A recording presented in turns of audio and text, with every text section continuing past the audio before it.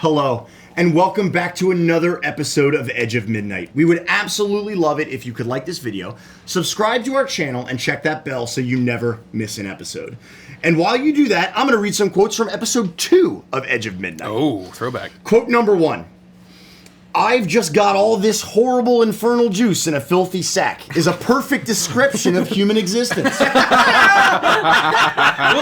that's why dude was so relatable. Quote number 2. First time watching any of your guys' campaigns after seeing you on TikTok. I gotta say, I love the energy every person brings to the table. The characters are unique and diverse. There's a perfect mixture of comedy, description, and dark themes. 10/10 so far. I'd love to play at that table. Oh, thank you. Quote number 3. Nikki, your cackle laughs are amazing.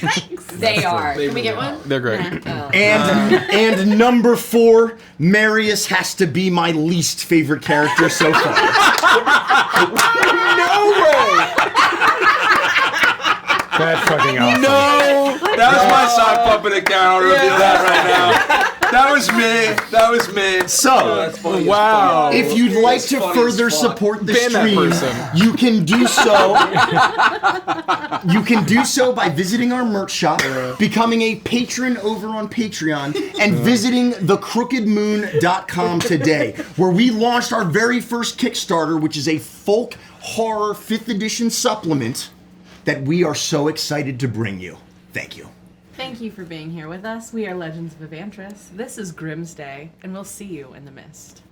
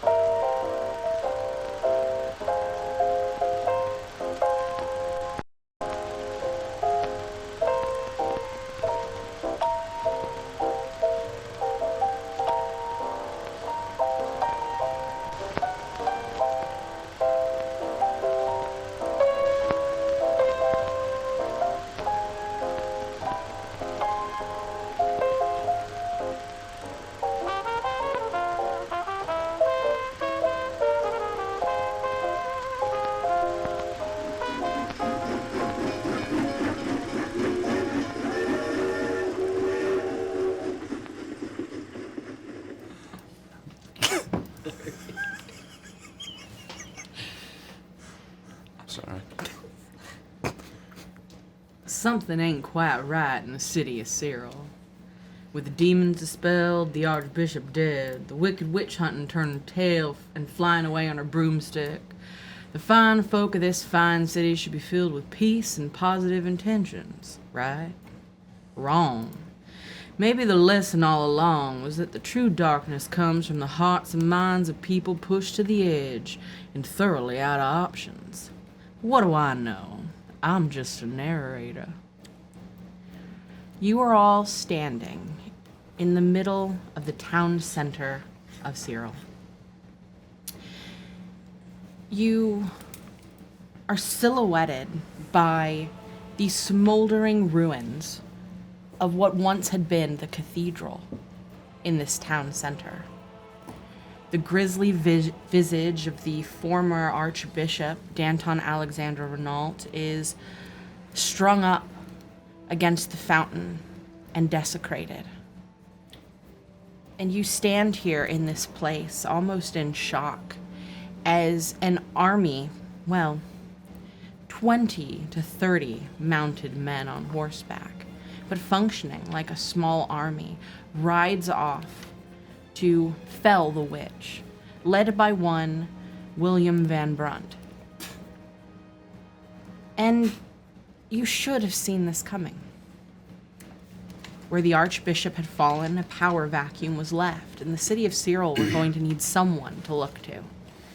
Someone to lead them, someone to give them something to believe in. And who better than William Van Brunt? With his charisma and his good looks, it was obvious that he would rise to the occasion and seize this moment. But so soon is quite shocking. You watch as he leads the charge, not noticing all of you as you make your way out of the alleyway and stand in the shadows of the smoldering cathedral. The only peace that you feel is that he is very clearly going in the wrong direction, at least for now. But he knows the area well What a and dummy. will eventually lead these men to his mark. So you know you don't have all the time in the world, but you at least have some. And as you look around, Serel, in this moment, you realize that these people that are still chanting and still cheering for what William Van Brunt plans to bring to this city, they are not cursed. This is not the magics of the Knight of Sin or the Archbishop swaying their thoughts and opinions. These are people easily swayed. And at first, that ignites in you a rage that they could be so quick to turn after realizing what had happened here, seeing directly in front of you, desecrated on this fountain, the root of the evil in this city, that they could so quickly go back to their old ways. But as you watch them, almost in slow motion, you see that these people are haggard. They have dark circles under their eyes. Their skin is sallow. They're clearly, many of them underweight, underfed. You see some of them are sickly. This is a city that has not been well taken care of. The Archbishop had one goal and one plan in mind, and the citizens of Serel were just puppets and pawns in his game, and they paid the price for that. And when people are at their weakest, and when people are desperate, they will do heinous things. And it is very clear as you look around that these people will do anything to survive. And you do begin to hear the stirrings of unrest, whispers about the monsters that lurk in the city. And you were reminded as you stand here and you watch this from afar that you are those monsters. And that right now, with William Van Brunt attempting to claim the seat of power, that you are not safe here.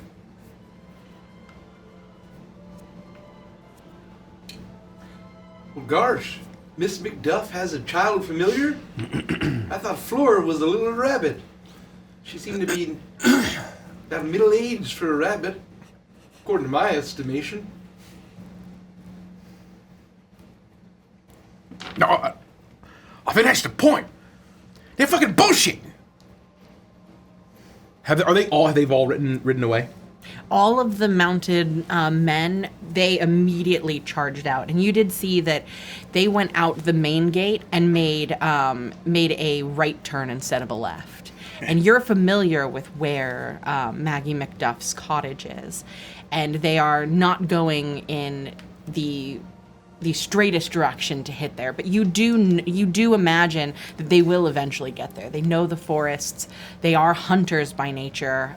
You had been told your first night in the inn and shown a lot of the game that was brought in by Billy and his men. Once they find a mark, they will catch it. It's just a matter of time. So you know that you don't have to immediately leave the city, but time is of the essence.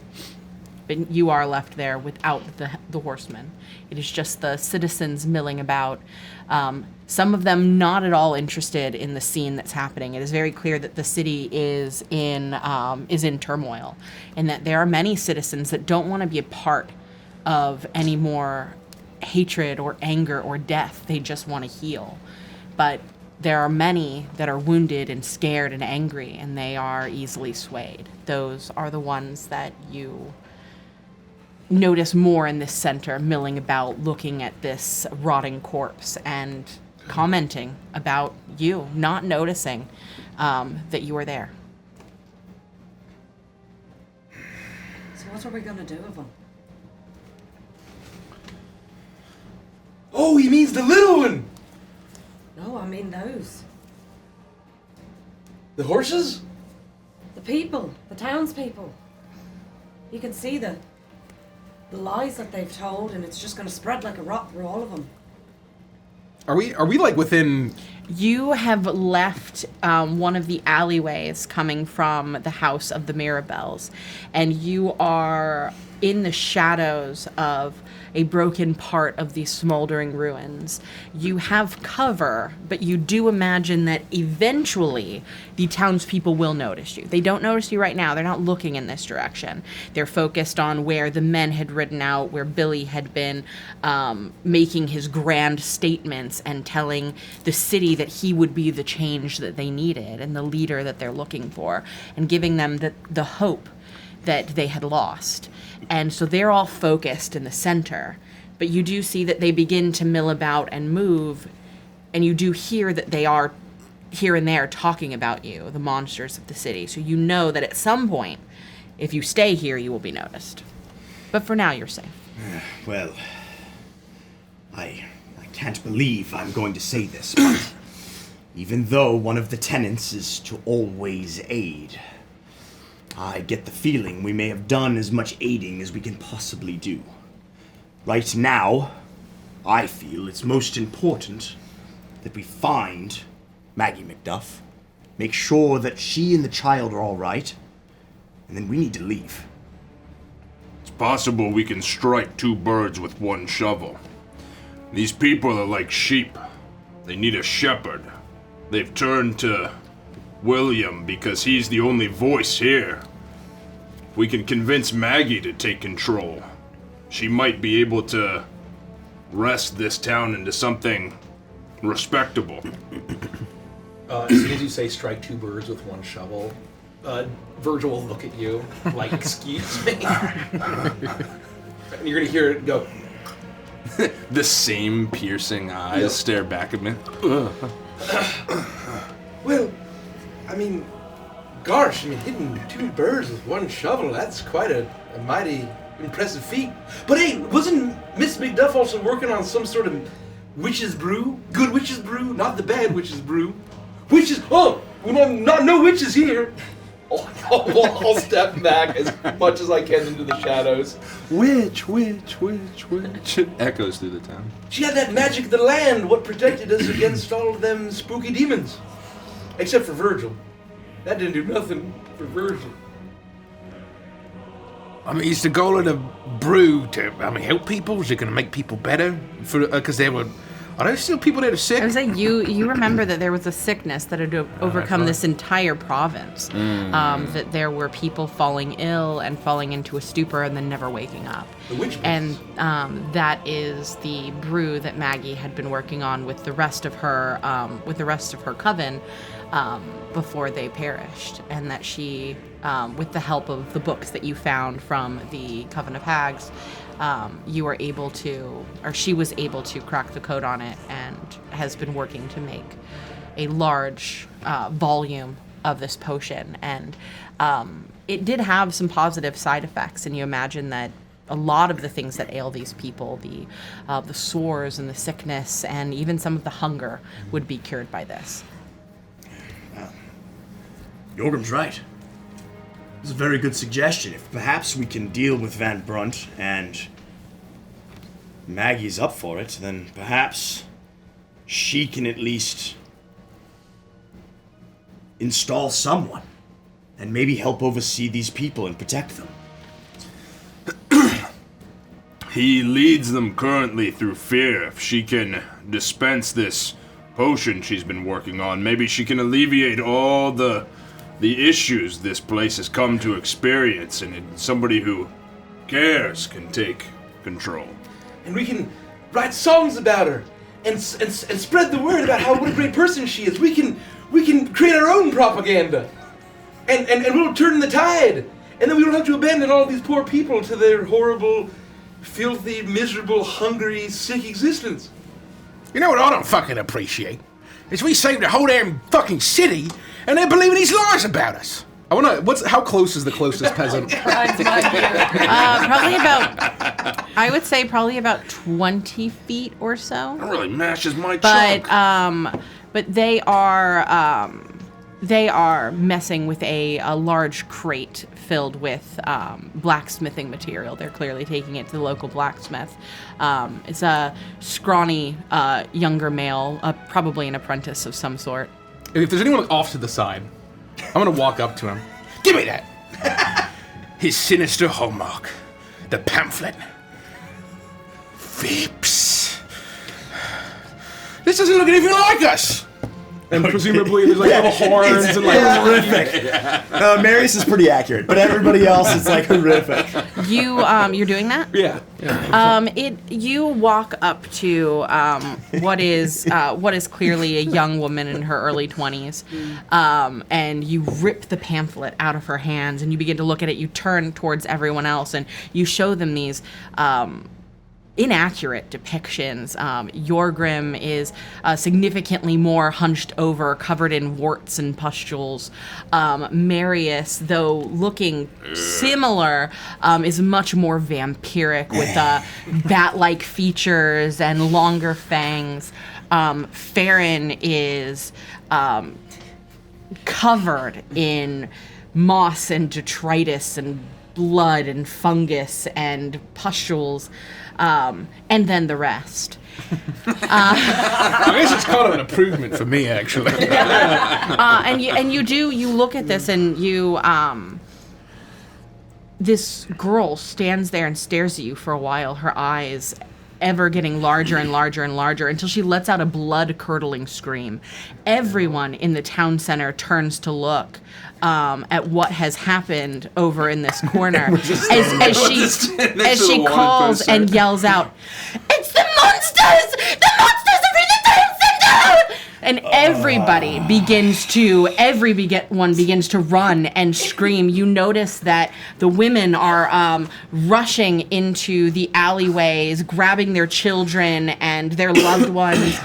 Some of the men are stumbling in after them. A couple of the drunker men who feel a little more emboldened pick up random things that they can find, loose stones that have fallen from the cathedrals, and you all roll a dexterity saving throw. As they begin to hurl these stones at you, and an angry mob begins to form and rush your way. You said, +4. If everybody's within 10 feet of me, +4 on saves. Oh, I don't like think it's 30. It's not gonna be. I got a 16. No, 27. 21. 18. 12. No. 13. 15. Anyone tell me 15 and below? No. That's what's important. Golden. You are going to take 11 points of bludgeoning damage one hell of a tomato. as you are pelted by 5 or 6 large stones from the rubble of the destruction of this cathedral. And this angry mob is forming, led by a drunkard, a very clearly intoxicated man who's stumbling and slurring his words. "Kill the monsters! And the town is incensed. They have already been suspicious of you. Van Brunt mentioned that you were the monsters lurking in the shadows brought here by the Archbishop, and that was not untrue. The Archbishop announced your arrival and proclaimed you as a ward, and under his protection, it is easy to believe that you are here under false pretenses, and they mobilize. After I see poor Jericho get hit with a brick, I will immediately raise my shield and pull Yorgrim with me and say, come with me, everyone behind us, quickly!" And I'm gonna grab Briggsy and like pull him back and try to get everybody behind us as we just kind of like walk backwards and deflect garbage and rocks Things are and being shit. thrown at you. This Just one batting with the particular shovel. man is stumbling forward. You actually whack him with your shovel and knock him backwards. A large gash appears on his face. Oh, no. But he gets back up. He seems to not even be bothered by it. A lot of the other people behind him. Flies off and he spins around like Johnny Gordo. No. A lot of the people behind him see this, and you can tell they're hesitant. They don't want to be hurt. They're already weakened. So they advance, but not with as much gusto. However, this one singular drunk individual has no sense of self-preservation, and he is continuing to rush at you. As soon as I see that everybody else kind of is backing off and this drunkard is going to redouble at us, I will lower my shield just enough so that he can see my face and point at him and say, "Stop!" as I use command. Okay. It's a wisdom 15 saving throw. He is drunk, so literally he will never roll works. at disadvantage, Don't and worry. he got a 5. Yes! Even the pee stops. He immediately stops. Part of his face is lilted with alcohol. As he looks at you, he begins to drool. But he is, you can see a look of panic behind his eyes, where he clearly knows what's going on, but he has no control over his limbs. The rest of the people that were following, though apprehensive, they were still willing to engage. They watch this, and you immediately see as they start to slow down and back off. They continue to throw things, hurl things at you. You're able to narrowly miss them, but they do slowly disperse, though you hear that what had been a whispering, an undercurrent of distrust for the monsters, has now turned into people running through the streets. The monsters are here. They, did you see what they did to old Jim Johnson? And you are now,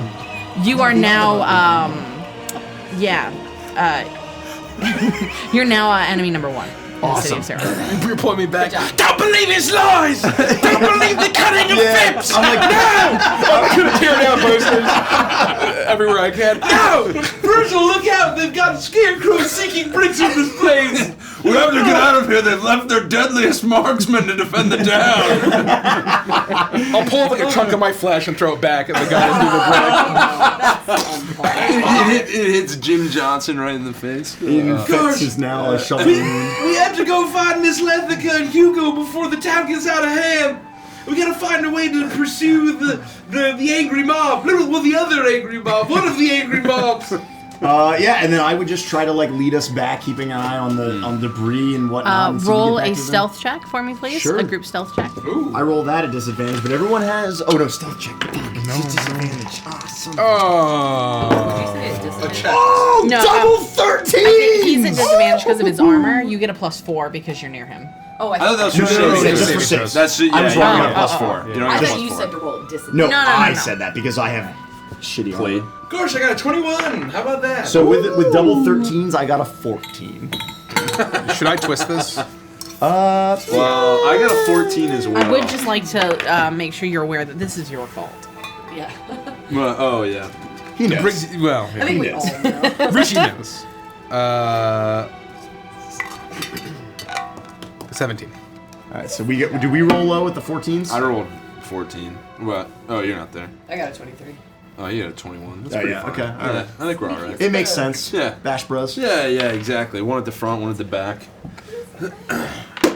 You make your way through the back streets of Serel, retracing the steps that you had taken to get to the town center when you were awoken by the noises of William Van Brunt and the angry mob that he had gathered.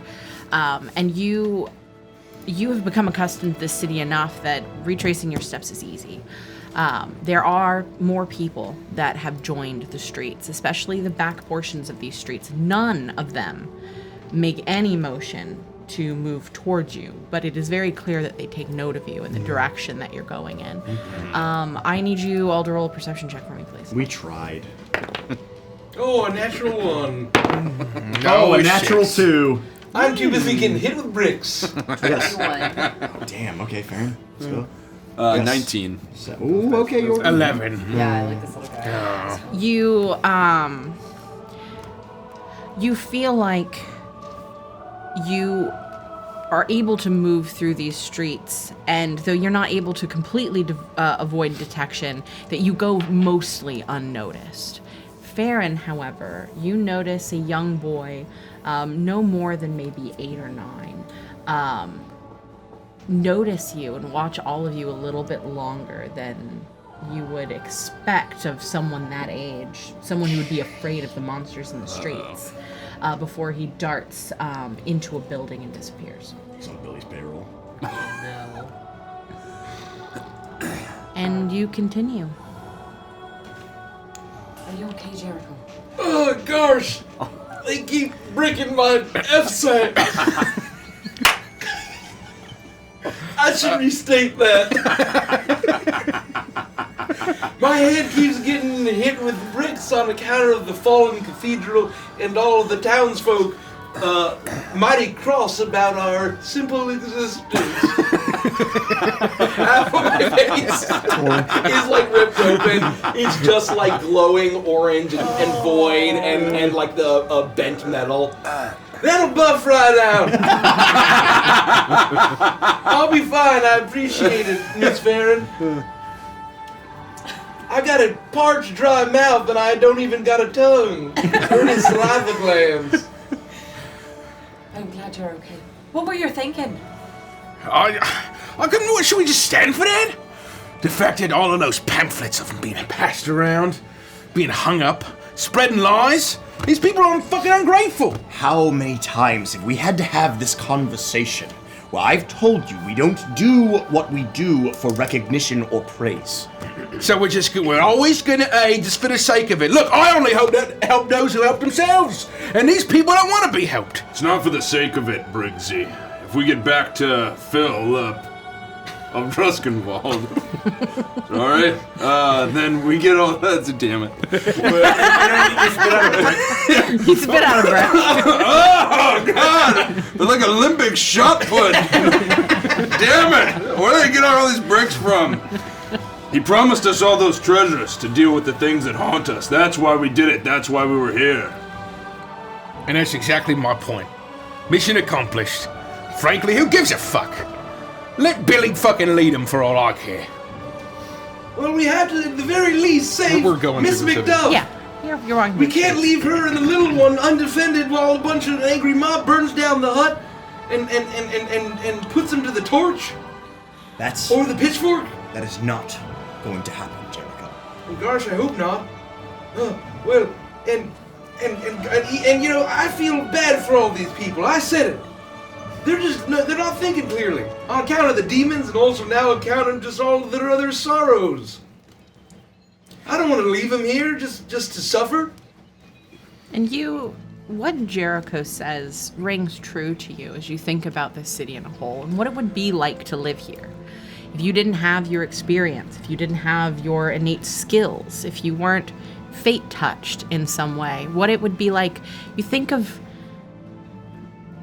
the girl that you met yesterday, the baker's daughter, and what it must have been like to be born in this city, born afraid from the moment that you can open your eyes, the moment you can think you've been told that everything that you do is sinful and that there will be a price to pay for every choice that you make, and always having someone lording over you and telling you how to live and who to be and what's okay, and never being given the things that you need to survive. And yet she still found happiness, and she still found a way to trust you. It's clear that there are good people here. It's clear that fear is a powerful tool. And I mean, I know that you're feeling mighty cross on account of the evil genius mastermind Percy Phipps and all. But I feel like we need a little bit of perspective. Where if you grow up your whole life saying everything's gonna be fine, just trust the Archbishop, and he turns into a giant demon gargoyle and flies to the moon and explodes, and then your only beacon of hope, which is an account of a giant cathedral where you've worshipped your whole life, crumbles into the dirt. I feel like you'd be mighty cross too, wouldn't you, Brixie? I'm sorry. Thank you, Jericho. You're the only one speaking clearly. Look, I've been run out of towns like this before, and I've never known anything to change the collective opinion on fucking anything besides madness. And look, I'm not saying we're not gonna go save people. That's fine. All I'm saying is I feel like trying to change these people's minds, that's a tall fucking order. So you better get writing. Oh, well, I thought maybe Miss Letha would write the propaganda instead. I'm more kind of I don't really write my music down. It's kind of more... Well, I mean, you're presuming that she's going to be okay, you know. She took a nasty blood loss event. No offense.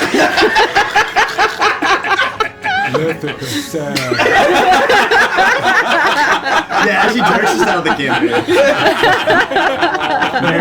There's murder. I took a nasty gargoyle claw to the body, and I'm right as rain. I'm just fine. Look, I'm just saying, I'm not gonna say no, we're not gonna do it. I'm just saying we should watch out. I mean, these people, it's not gonna take, you don't mean no offense, it's not gonna take that many of them to fucking overpower us and just kill us. Did you see how they all lined up in single file as they ran out of the town? I mean, it's easy. And you woke up when you were clawed by a monster? You woke up as a demon. We don't know if Letha's gonna wake up the same way. She might be in no condition to write down fancy lyrics. Well, no, gosh, I thought I woke up and everyone was fine. They were all scared, feared looking at me, and that's pretty normal. I was just myself. Oh, do we not fill him in? I thought we did. I took a nasty couple bricks to the head.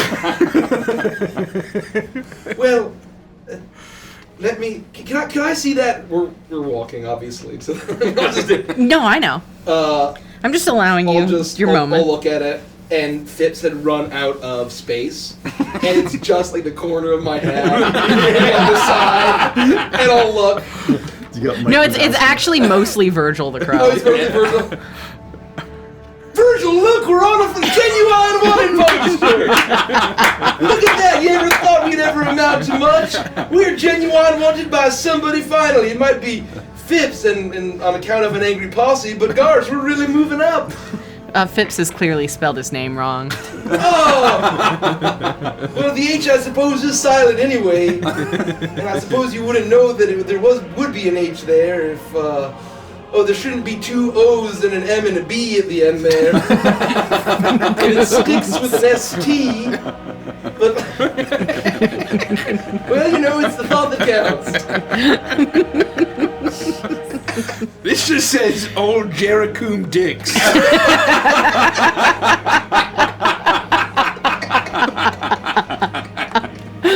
And Virgil, spelled perfectly.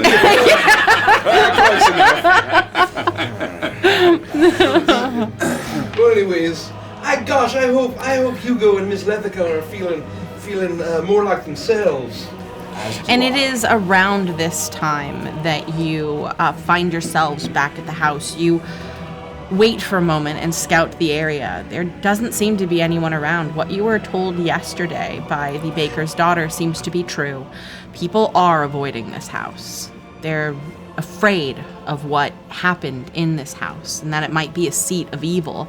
And they're not quite ready yet to explore it and risk peril to themselves. And so you find yourself in quiet, all except for the sounds of weeping.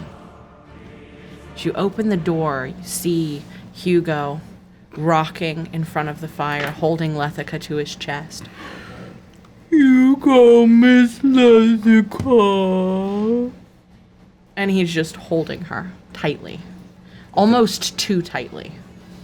I'll take my hat off. Is everything okay, Hugo? We just had to go to the store. I'm gonna rush forward and try to see how she's doing in his arms. He recoils from you for a moment. He is very protective of her as he cradles her. He pets her hair. His hand is gigantic. He could... No, he is being very gentle, but it is almost comical the way that he smooths her hair. It has fallen out of the tight bun that it's normally up in, and it is now cascading down her back. But he's being very careful not to move her mask in any way. You can tell that Hugo has a great reverence for her. but he sees you and he smiles. You're Farron, and he wants to take care of you too. And he's so afraid of what is happening to her that he is hesitant, but he knows the magic that you possess, and he slowly lowers Letha down to the ground and places her gently on the rug in front of the fire, as he moves the tendril of hair off of her mask, and he looks at you. The dirt and soot that's been covering this mass of a man from the breaking of the cathedral, from the rubble that he was pinned beneath. He is still caked in dried blood, but there are 2 rivers of clean flesh on his face, where it's clear that from the moment that you left, he has been crying. And he points down to her. Fix Letha for Hugo. Take it easy. It's alright. We're here now, and let me take a look at her. And is she in the same condition we left her in, or is there been... She is still sleeping, from what you can tell. Roll a medicine check. As Hugo lays Letha down on the ground, I will go to take a step forward and stop, and take a step back. I got a 7. You got a 7? I got a 7. Yeah. We got him. We got him. Don't do me dirty, little dice. Come on. That was worse! Fuck you, Kelsey. Brutal. You... A 6. Derek's out of the campaign. Yeah. This confuses you. You are familiar with the cycle of life and death, but not this state of stasis that Letha appears to be in. This is something that is wholly unfamiliar to you. Her chest rises and falls with breath. She's clearly not dying or dead. She seems peaceful, but she's not waking. The sounds of Hugo sobbing were loud enough to be heard outside, even with the screams and yelling from the citizens all over Serel, and yet you could hear the booming voice of Hugo, and it wasn't enough to wake her. It's strange, and not something you quite understand. She seems the same to me. But she's not dead, and she's not alive. It's a place in between that I'm unfamiliar with. Well, gosh. Well, if you can't rouse her, maybe Marius, you could? I could certainly try. Are we all right with that? Why wouldn't we be? Jorgen, will you assist me, please? Yes. No, come with me.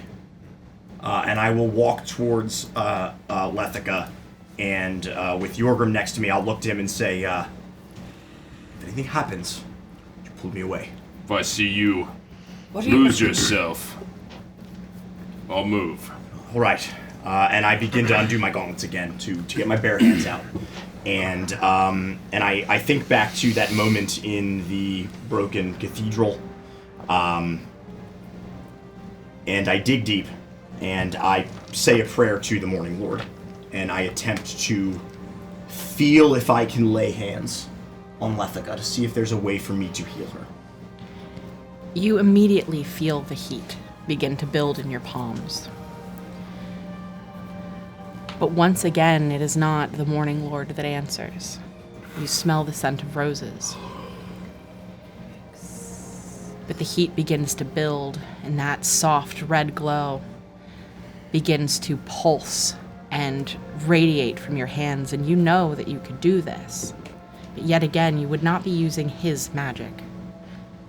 You would be using someone else's. My face will be stoic, but Jorgen is close enough to see that my hands are shaking ever so slightly. And I will kneel down next to Letha, and put one arm underneath of her shoulders like I did before, and the other kind of on her face next to her mask, on her bare skin and her neck where I bit her. And I will attempt to lay on hands and heal her.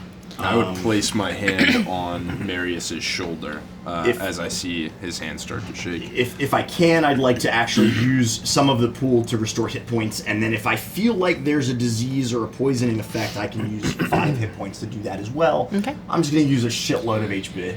You. I'll give Bardic Inspiration to you as well. I'll say, wake up this morning, please, Miss Letha. Wake up this morning, please, Miss Letha. And I'm going to keep doing that a little bit and enjoy Bardic Inspiration. D8? D8, yeah. You barely hear the music that Jericho's making. You can feel your heartbeat pounding in your ears, and as you place your hand on Lethica's neck, you can feel those 2 pinpricks pulsing, almost in unison with yours. Thump, thump, thump, thump, thump, thump. Jericho feels miles away as he sings the song to you. You feel Yorgrim's hand on your back, but even that feels like it's out of space, out of time, as you are surrounded by the smell of roses. And you think to yourself about the Morning Lord, and you hope for the light of dawn. But that is not the magic that emanates from you. It's more akin to the red of a blood moon. As you channel everything that you have into waking this woman.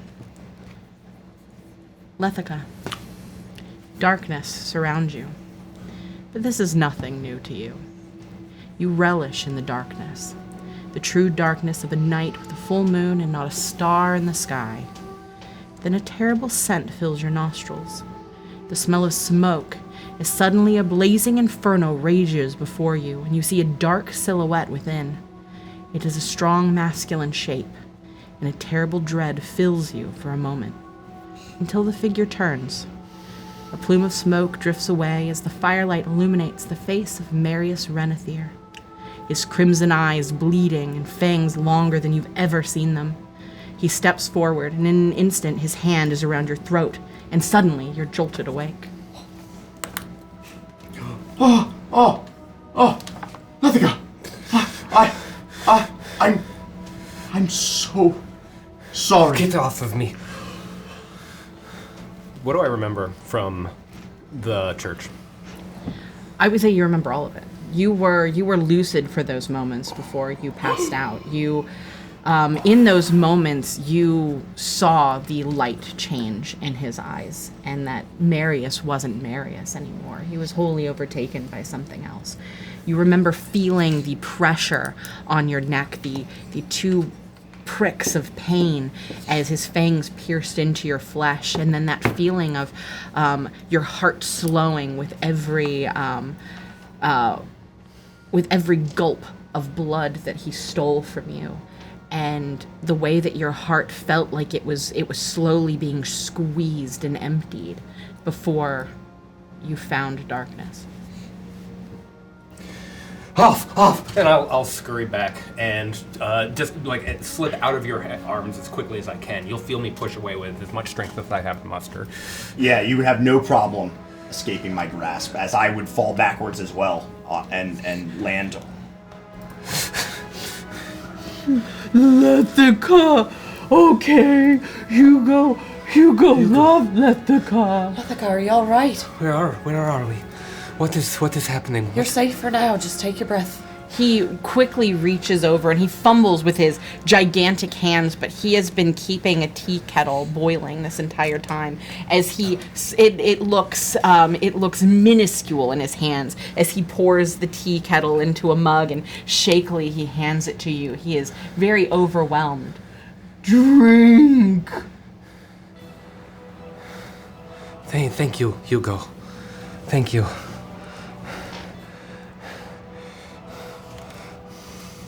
I'm opening a cupboard, like leaning down, breathing very heavily. Skewered meat.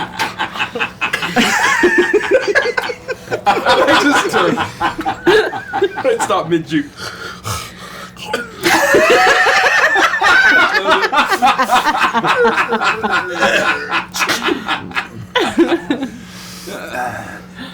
Bring one of my strings breaks. As I realize that Letha has done this and she's drinking tea, I will blink a few times and regain my composure as the stoicness kind of returns to my face, and I'll slowly and smoothly stand up, pick up my gauntlets off the floor, just begin to redon them as I take 3 or 4 or 5 steps backwards, past Yorgrim, back past Briggsy, and kind of with my back up against the door where we came in, and I won't say anything, and I'll just observe what's happening, and I still kind of look a little shocked, but stoic, just a tinge of surprise. How much time has passed? About a night. We're back in the Mirabelle house. You fell in the battle against Renault. I remember. What happened after I fell? How did we get back here? The cathedral started to collapse. We climbed down to Hugo and its depths. We all ran out together. We carried you back here. Thank you. I need a moment.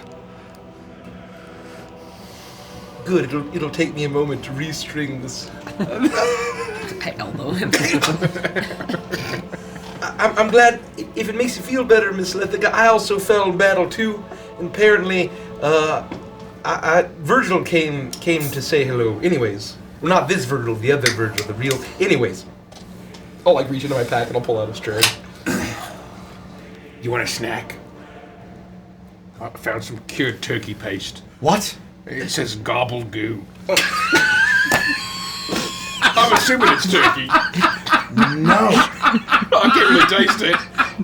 You sure? Alright, it'll be in the ice box. I'll have some, Briggsy. Here you go. I'm- And I'll hand her a few slices of cured meat. I'm beginning to get my strength back. What do you mean, the real Virgil? Well, the Virgil that talks to me when he's feeling not quite so sick, and when we have thoughts that aren't quite as cacophonous, so to speak. That's a nice fancy word that he uses. He always calls it lucidity. I don't know what that means. And let me tune this. And I'll just start tuning my banjo after I've restrung it. It seems that much has happened since I fell in battle. You kind of missed a lot. And nobody's at fault. It's nobody's fault, alright? We're doing the best we can. We've been through a lot. Haven't we? I narrow my eyes. I think everybody can use a snack. I mean, it's nuts if you're not into Oh gosh, the turkey I'll take thing. a little bit of a snack. Briggsy, it was someone's fault. It was mine.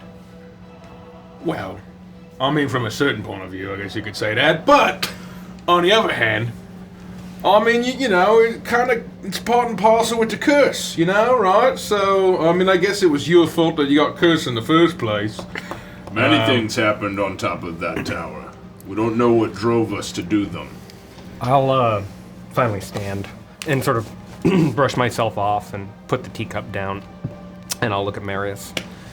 And seeing that everybody is discussing this topic, I'll walk directly through the room and reach up, slapping Marius in the face.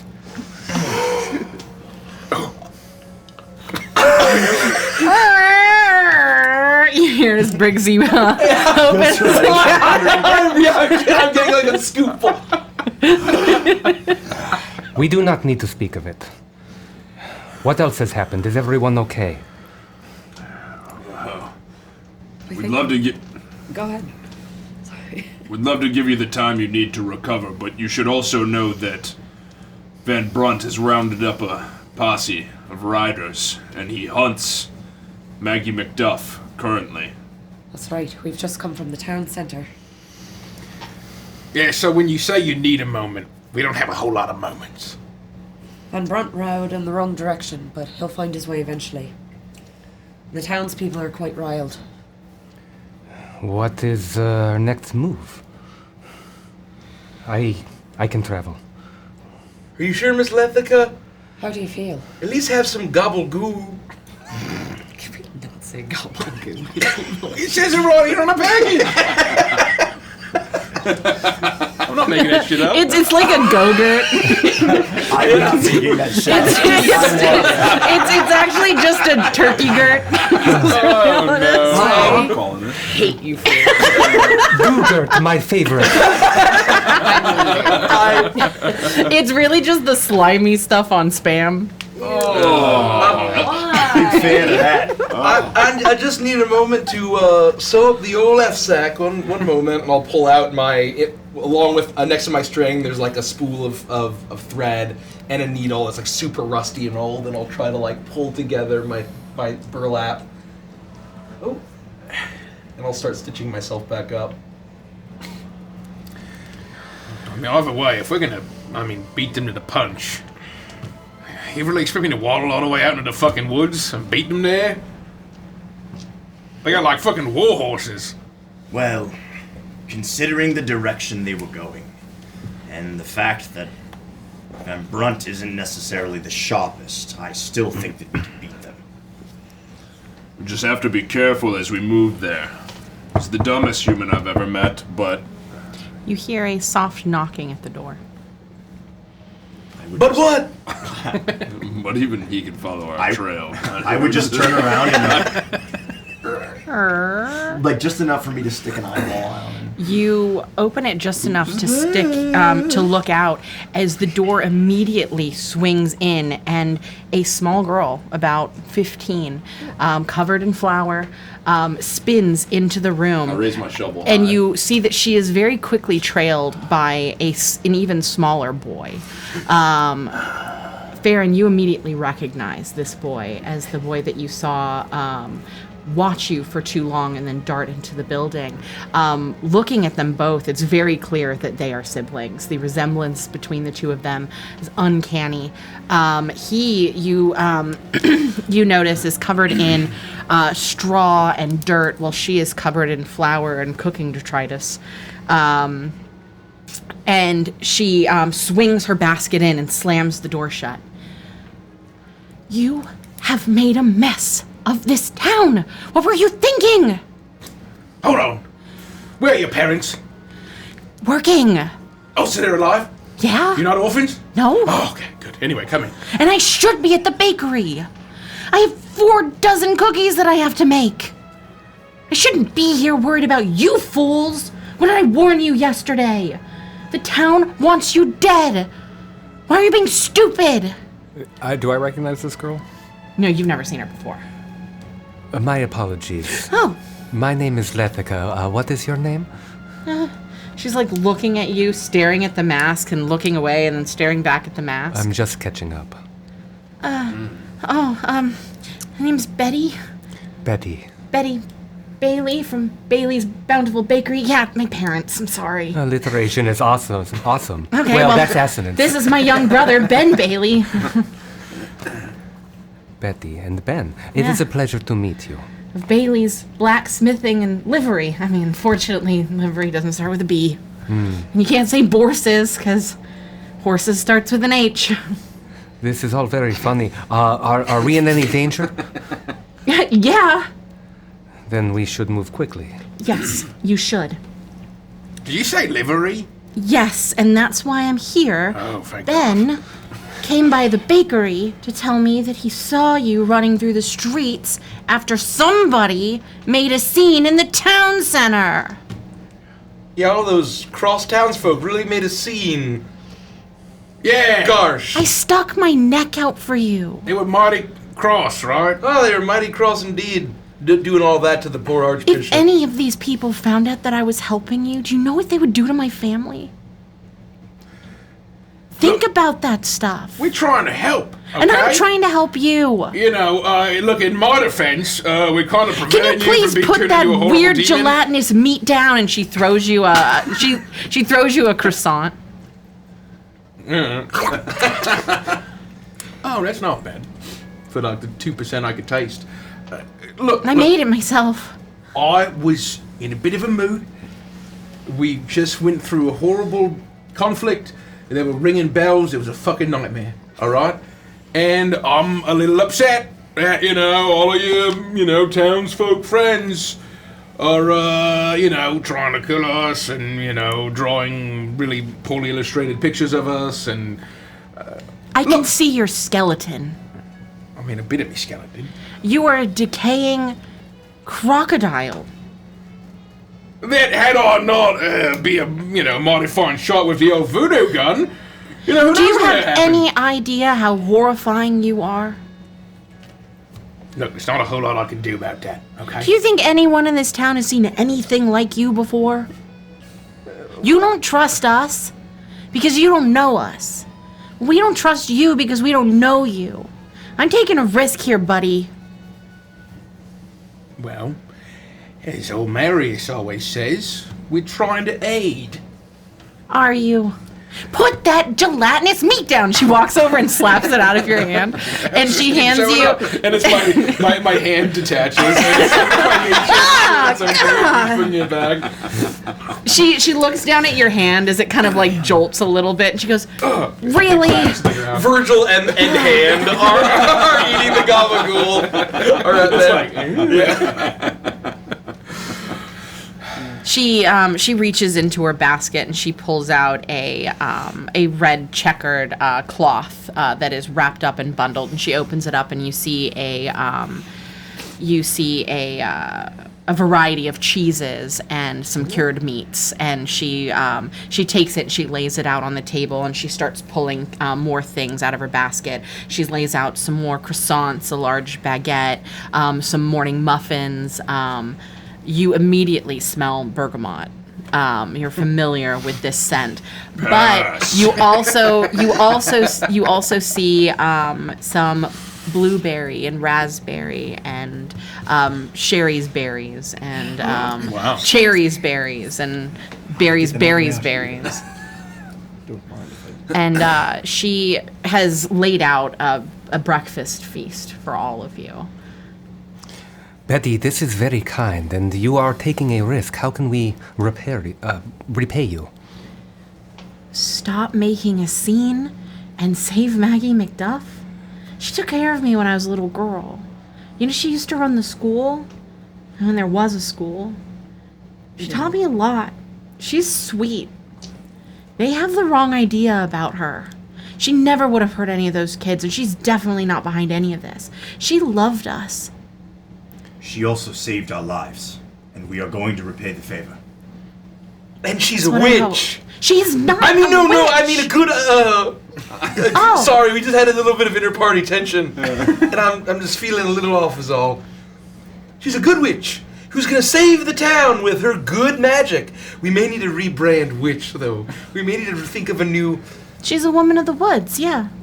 A woods woman. Yeah. She has innate earth magic. It's really cool. A woods wizard. Woods woman is better. I don't hate that. Workshop it. It'll be fun. We'll workshop it. Well, thank you very much for this this spread of breakfast. We're going to regain our strength, and you said there's a library? She reaches down and she ruffles her younger brother's hair. He looks up at her with wide eyes and smiles. You can tell that he adores his older sister. As she looks towards him, she sees that he is, you can tell by looking at them, even though they run a bakery, they still are very hungry. And she looks over to him. She looks at all of you, and she reaches out and she grabs a croissant, a couple of slices of cured meat, and a few cheeses, and she hands them to him, and she says, "Ben, you know what to do. Carlton, Buttercup, Chester, Daffodil, Frank, and Witch Stomper." And as she says the name Witch Stomper, you see he smiles and hops a little bit. "But make haste. They're gonna eat, and then I'm gonna get them there, so you hurry." And he squeezes her hand, looks at all of you, squeaks in a little bit of fear, and then darts out of the door, and you hear the patter of his feet as he begins running through the streets of Serel. "You need to eat. Get together whatever plan you need to get together. And then you'll follow me through these streets. We're going to be going through houses, mostly abandoned. But you have to do what I say, okay? If I tell you to duck, you duck. If I tell you to shut up, shut up. If I tell you not to draw attention to yourself, don't draw attention to yourself. Understood. We're going to get you to the livery. My dad has a delivery today, and so he's not going to be around. At least not for the next couple of hours. He's not going to be happy when he sees his best horses gone, so make sure you return them. What's gonna happen to the horses? You're going to ride out of here on them! Oh! Oh, I understand. What, you thought you were going to chase a group of mounted combatants on foot? Oh, well, they were. I wasn't gonna do that. No way. Oh, man. You see me legs? No. Horses and I don't usually get along. They can usually sense when there's evil afoot. If we're going to be riding horses, I'll probably need a change of clothes. Can't help you with that. Maybe check upstairs. I mean, this family had a lot of money. Wouldn't be surprised if they had riding attire or who knows what else in here. Wow, this place is a veritable mansion compared to where I live. Huh. Would have been nice to be the sister of the Archbishop. I guess not now, considering. Anyway. I'll actually like Take my hat off get down again. on my knees so that I'm sort of like the same height, and hold Betty's Hi. hands. Betty, you have shown us great kindness today. Yeah, it's no problem. Will you be safe? Is there anything we can do before you leave us to our task? Just please try not to draw any more attention to yourself. If anyone finds out that my brother and I helped you, if my parents find out that my brother and I helped you, we would have a target on our backs too. The only thing that keeps us safe is I'm a pretty good baker. You tried the bergamot cupcakes yet? They're my specialty. I've been working on them really hard lately.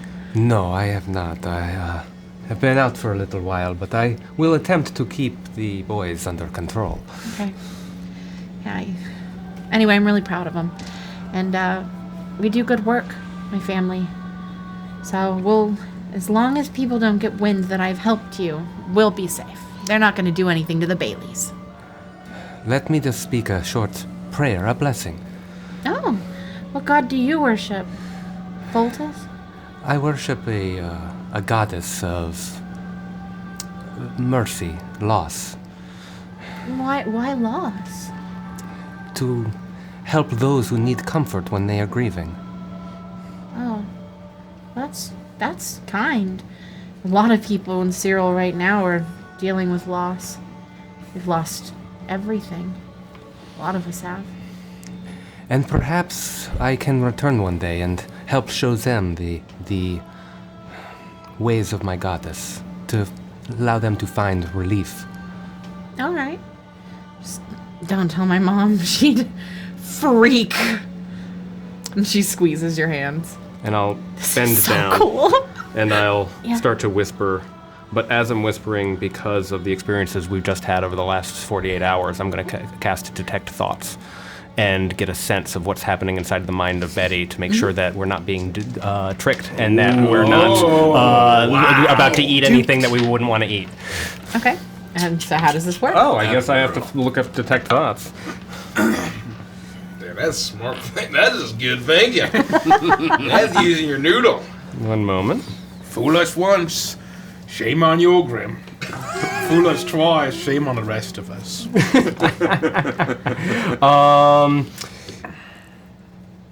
I don't have. You don't have to make a Wisdom saving throw unless I go deeper into Okay. your state.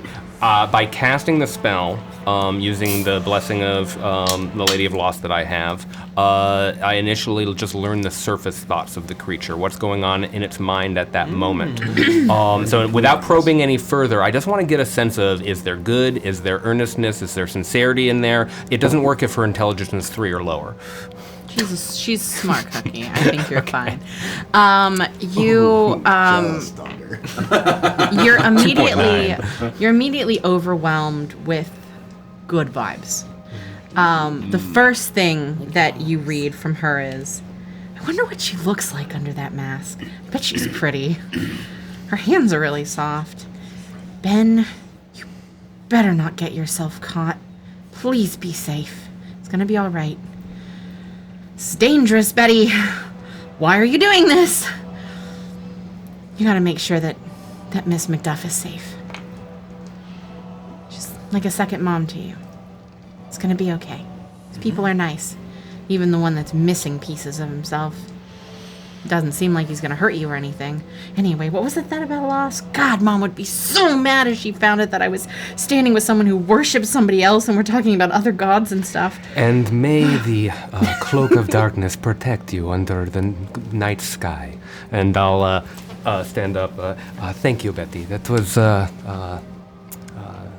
for sharing that with me. I apologize for my appearance.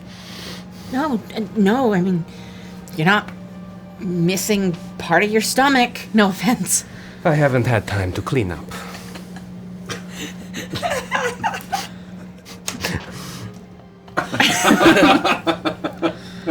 All right, I don't hear it. I'm deep in thought.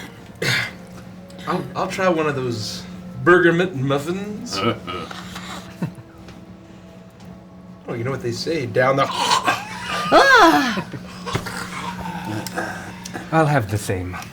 Gosh, it's delicious. That is perfectly baked and bread seasoned.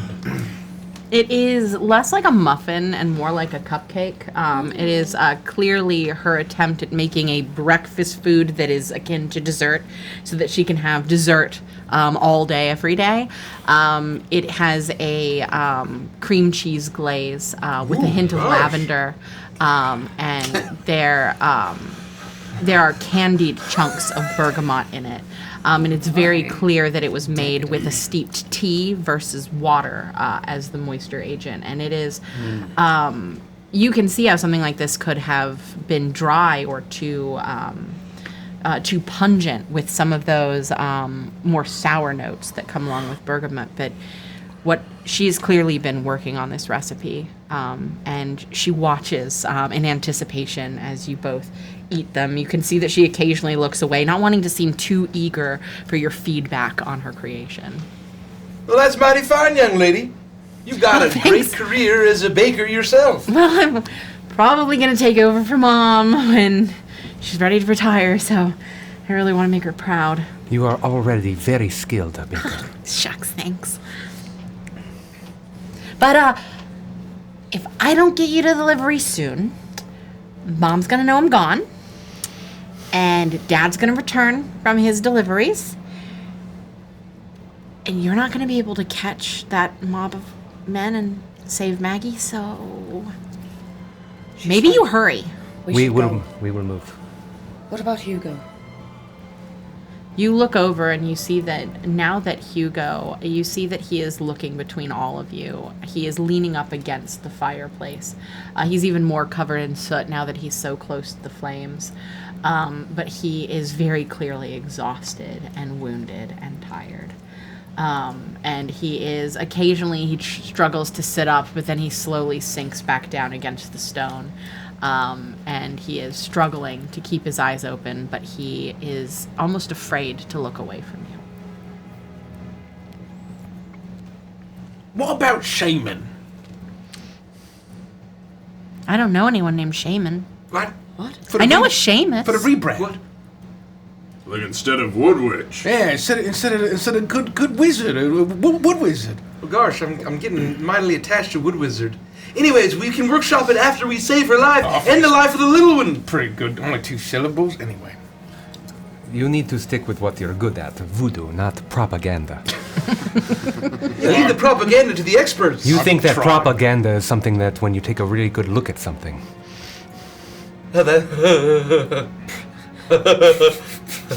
That's really funny, Miss Letha.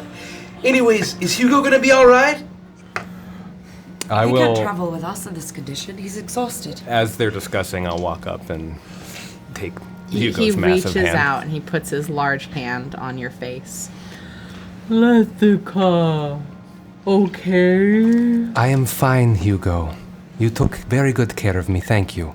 Hugo sleep now. Yes, sleep, and when you wake, your wounds will be mended.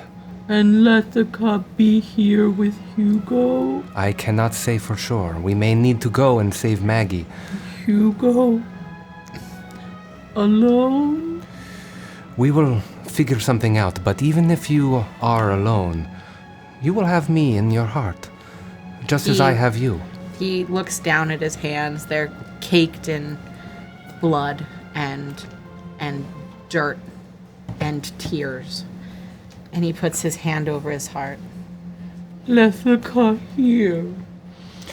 And the knowledge that you helped save all of us through your strength. What you did was so brave. Family. Yes. Hugo has family. Hugo sleep. Hugo tired. Rest now, and I'll put my hand sort of on his forehead, and I can probably feel it. It's quite hot. Mm-hmm. But I'm He's definitely feverish. I'm trying to cool him off, and I may even take a little bit of cloth and just sort of like probably unknowingly rhyme with the fact that he was petting me, but just wipe his wounds, wipe away some of the dirt on his face, and as gently as I can to lull him into sleep. And it doesn't take long at all. As he relaxes into your care, you quickly hear the rise and fall, or you quickly see the rise and fall of his chest and the soft sounds of him sleeping. He does not snore, but his breathing is loud, but it is even. A good night's sleep will do him well. And then I cast Inflict Wounds at 3rd level. No, I'm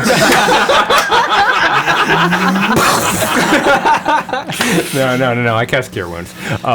Cure Wounds! No, that's what I meant! First word is so important. Shit! Cure is so important. Oh, that's awful sweet. He's sleeping like a little babe in the woods. It's a nice thing you did for him. It was a nice thing that you saved me, all of you. And how much healing, sorry? Oh, yes, I will roll... Oh, maximum healing power for 13 points of hit points. Oh! Wow, 13. Thank you. Betty. Yeah? Can you keep an eye on this house? Make sure that none of the townspeople...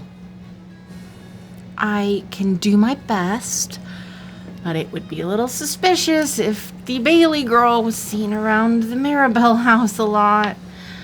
I'll see what I can do. My brother has some friends that are a little more rapscallion in nature. As long as they're nice. Hugo's very sensitive, and if they made fun of him, gosh, we'd just feel terrible. He means a great deal to us. She looks over at the sleeping giant and seems nervous. Her experience with this is this entity would fall from the sky and turn the people of Serel into paste for even the smallest of crimes. But she seems to trust you, and it is... Couple goose people did.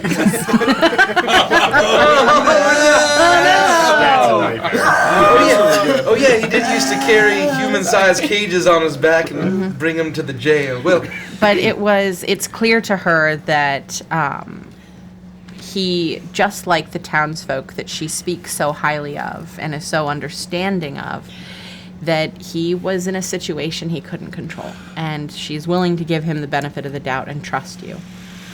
I'll make sure he's all right, make sure he's fed, and I won't let anyone come to the house that would harm him. Keep yourself I'll do my safe, best. more than anything, but just could keep you- an eye out if you can. Could you leave him a note or something so that he knows that Betty is friend, not food? I don't... Can you go read? You don't know. we'll certainly try. Yes, young lady. That would make me feel a lot better. I didn't get a chance to talk to him, but yeah, I don't want him waking up and I will leave a note for Okay. him, explaining the situation. Maybe we could make a little drawing to go with it. That is not a bad idea. A muffin girl. Oh, Betty the Muffin Girl. I like that. I start looking for crafts. Like, literal, like, are there cupboards? Is Yeah, there paper? Is there... you knew that a child lived here, and as you're going through the cupboards, you do find what is the equivalent to a booster seat and some maps and some crayons. One of the things that you notice that really, crowns. One of the things that you notice that really actually causes an irrational sense of frustration is you notice that there's a connect the dots in the shape of a triangle, and it is just 1, 2, 3, 4, 5, 6, 7, 8, 9, 10. It's just... This makes me irrationally upset. Why would you do it? It's obvious. There's nothing here. This world is doomed.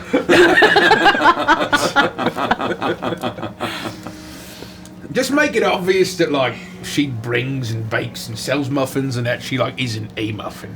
You know what I mean? If I had more time, I would make a diorama, but I will write it out. We are running out of time. There's an angry posse searching the woods. Jericho's right. We should get a move on. I will attempt to make a few illustrations of Betty. Roll a performance check to see sure. how well you do creating I don't know how good your art. Letha is at this. Is she an artistic person or not? Let's find out. Ooh. I think she is. She's feeling pretty 21 about them crafts. Big money. You flip this this horrible connect the dots over, and you begin creating this almost like a comic strip where you show Betty coming to the house and feeding you, and Hugo falling asleep, and Letha like shaking her hand and thumbs upping, she's cool, and her coming back to the house and feeding Hugo and taking care of him. And even though you're not sure if Hugo can read, you end this. What is that thing that you drew for the Crooked Moon? What's that thing called? Storyboard. You end this storyboard with the words "Betty friend." Oh. I don't think that's too bad. Gosh, that looks great. You're a genuine artiste, Miss Letha. Hugo, save this and we will put it on the larder later. Now, shall we? I am going to check upstairs if there is any clothes that I might wear and tidy a bit. But is there anything else we need to do in the city before we go? I'm not sticking around for any longer. Let's get the fuck out of here. Thank you, Betty. Thank you again. I'll say my goodbye now and be upstairs. I'm leading you to the livery. Goodbye. And you can.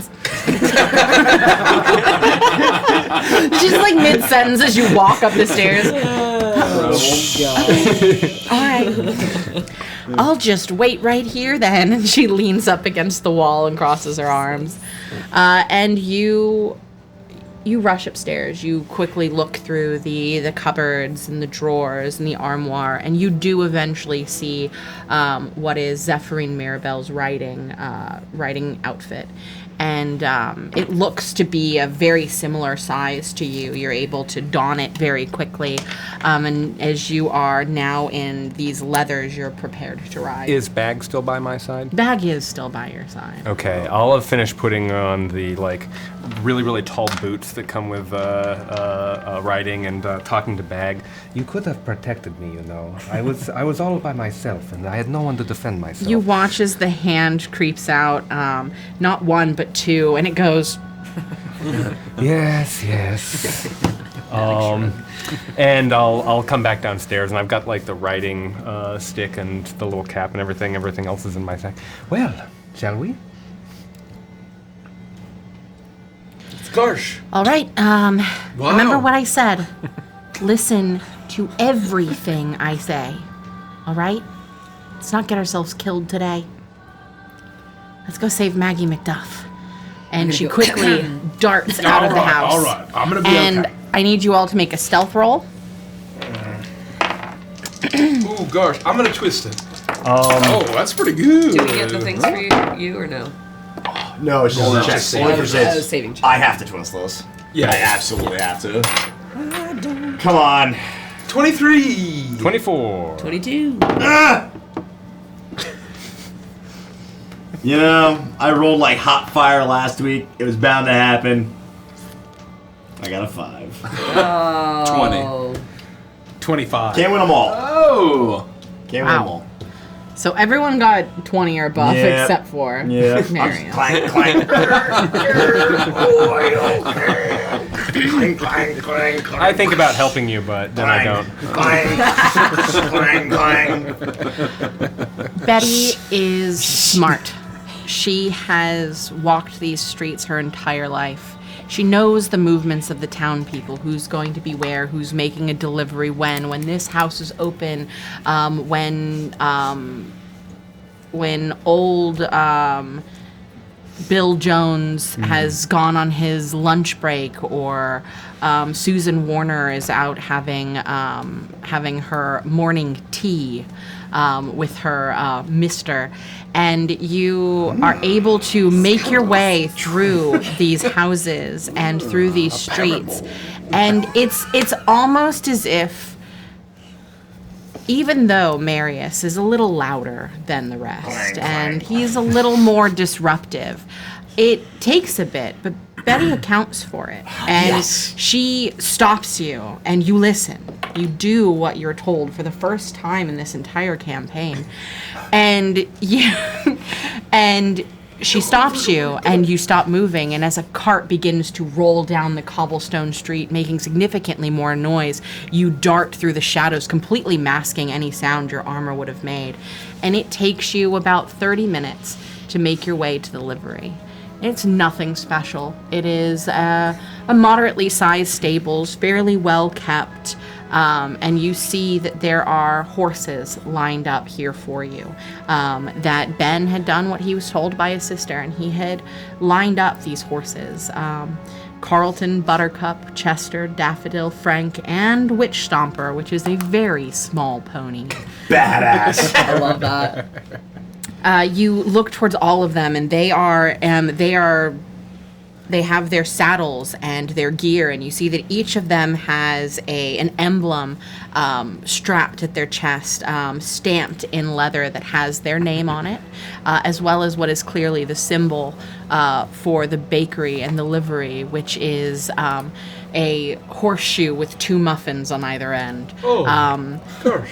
And they are ready for you. Most of them are just average horses, but Buttercup is a large and impressive Clydesdale. Yes! And outside of the small pony, Witch Stomper, the others are average. Betty motions you, pick the horse you want. I'll look for the horse with the darkest shade of horse fur. Just hair. Right? Mane and tail. What in the hell? I think you also could have just said darkest shade. This is Shade. Frank. Thank you.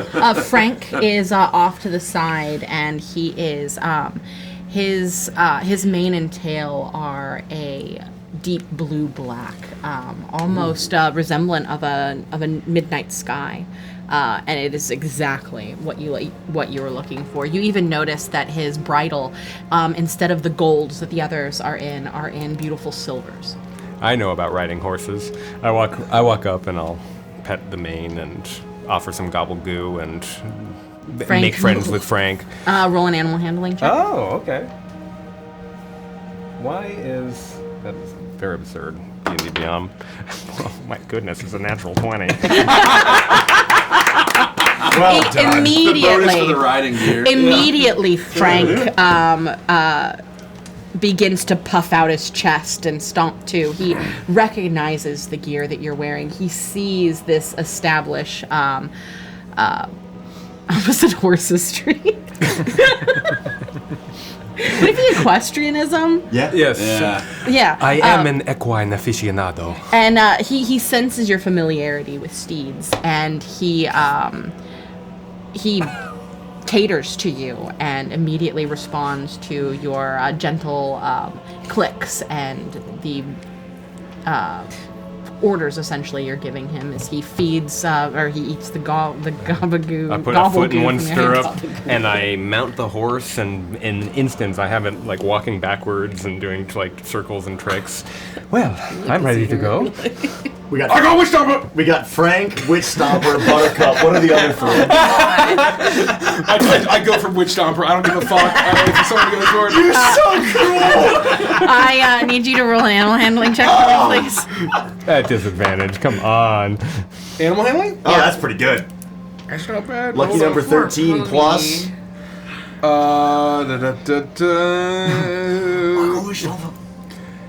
Animal handling. Oh, that's 15. Nice. Dread. Oh no! Please don't break Witch Stomper. 17. Okay. Well done. You rush towards Witch Jumper, and at first, this small pony rears back in horror as you shamble towards him. You are bigger than this horse. This was Witch Stomper. You now understand Ben's reaction. This is clearly Ben's horse. This is a pony that is designed for an 8-year-old boy to learn how to ride. Witch Stomper permanently loses 2 inches in height. Yeah. Witch Stomper sinks into the ground as you get atop his back. You look ridiculous, but this horse is young and determined. It looks towards Frank, that is gallantly carrying Letha astride his back, and he attempts to puff out his chest and wheezes out a whinny as he tries to move forward on his shaky legs, but he starts to get it. You imagine it's going to be a bit of a struggle, but Witch Stomper is relentless, and he moves forward and stands next to Frank, completely overshadowed by this massive horse. Every vessel needs a badass name. And I ride atop Witch Stomper, Stomper of Witches. Yes, you and the 5-year-old child are very similar. You see Ben looks horrified as he stands by the stables. He's clearly cleaning up for the rest of the horses. You see him muttering to himself, and you hear under his breath, "Oh, man, you shouldn't have let them take Witch Stomper. They're going to hurt him. This is my pony." And then he continues to do his business. He occasionally looks back and is just like, ah. We got Frank, Buttercup, and Witch Stomper. What are the other? Wait, so who's taking Buttercup? Nobody has yet. Oh, okay. I can remember the names. Carlton, Chester, and Daffodil. Which one's the biggest one? Buttercup. Yeah, Buttercup is the biggest. I'll take Buttercup. Classic. It might be the only one that can take that tombstone. Can you roll All 800 pounds. Can you roll an animal handling check for me, please? This horse is just 18. like, I can take on all the other horses as You- long as they line up. You make your way towards Buttercup. She is clearly the largest of the horses, and she is very well kept. She's clearly a prize steed in this place. And as you look around the rest of the livery, you take note of some of the other horses. There were clearly options better than Witch Stomper here for Briggsy, but they are still stabled. As you reach out to lay your hand on Buttercup, and she is apprehensive about you at first. Majestic beast. But as you begin to say these kind words to her, she flicks her head back and forth and looks towards you. She nips at you for a moment cheekily, and then kind of nuzzles you, almost asking you for more praise.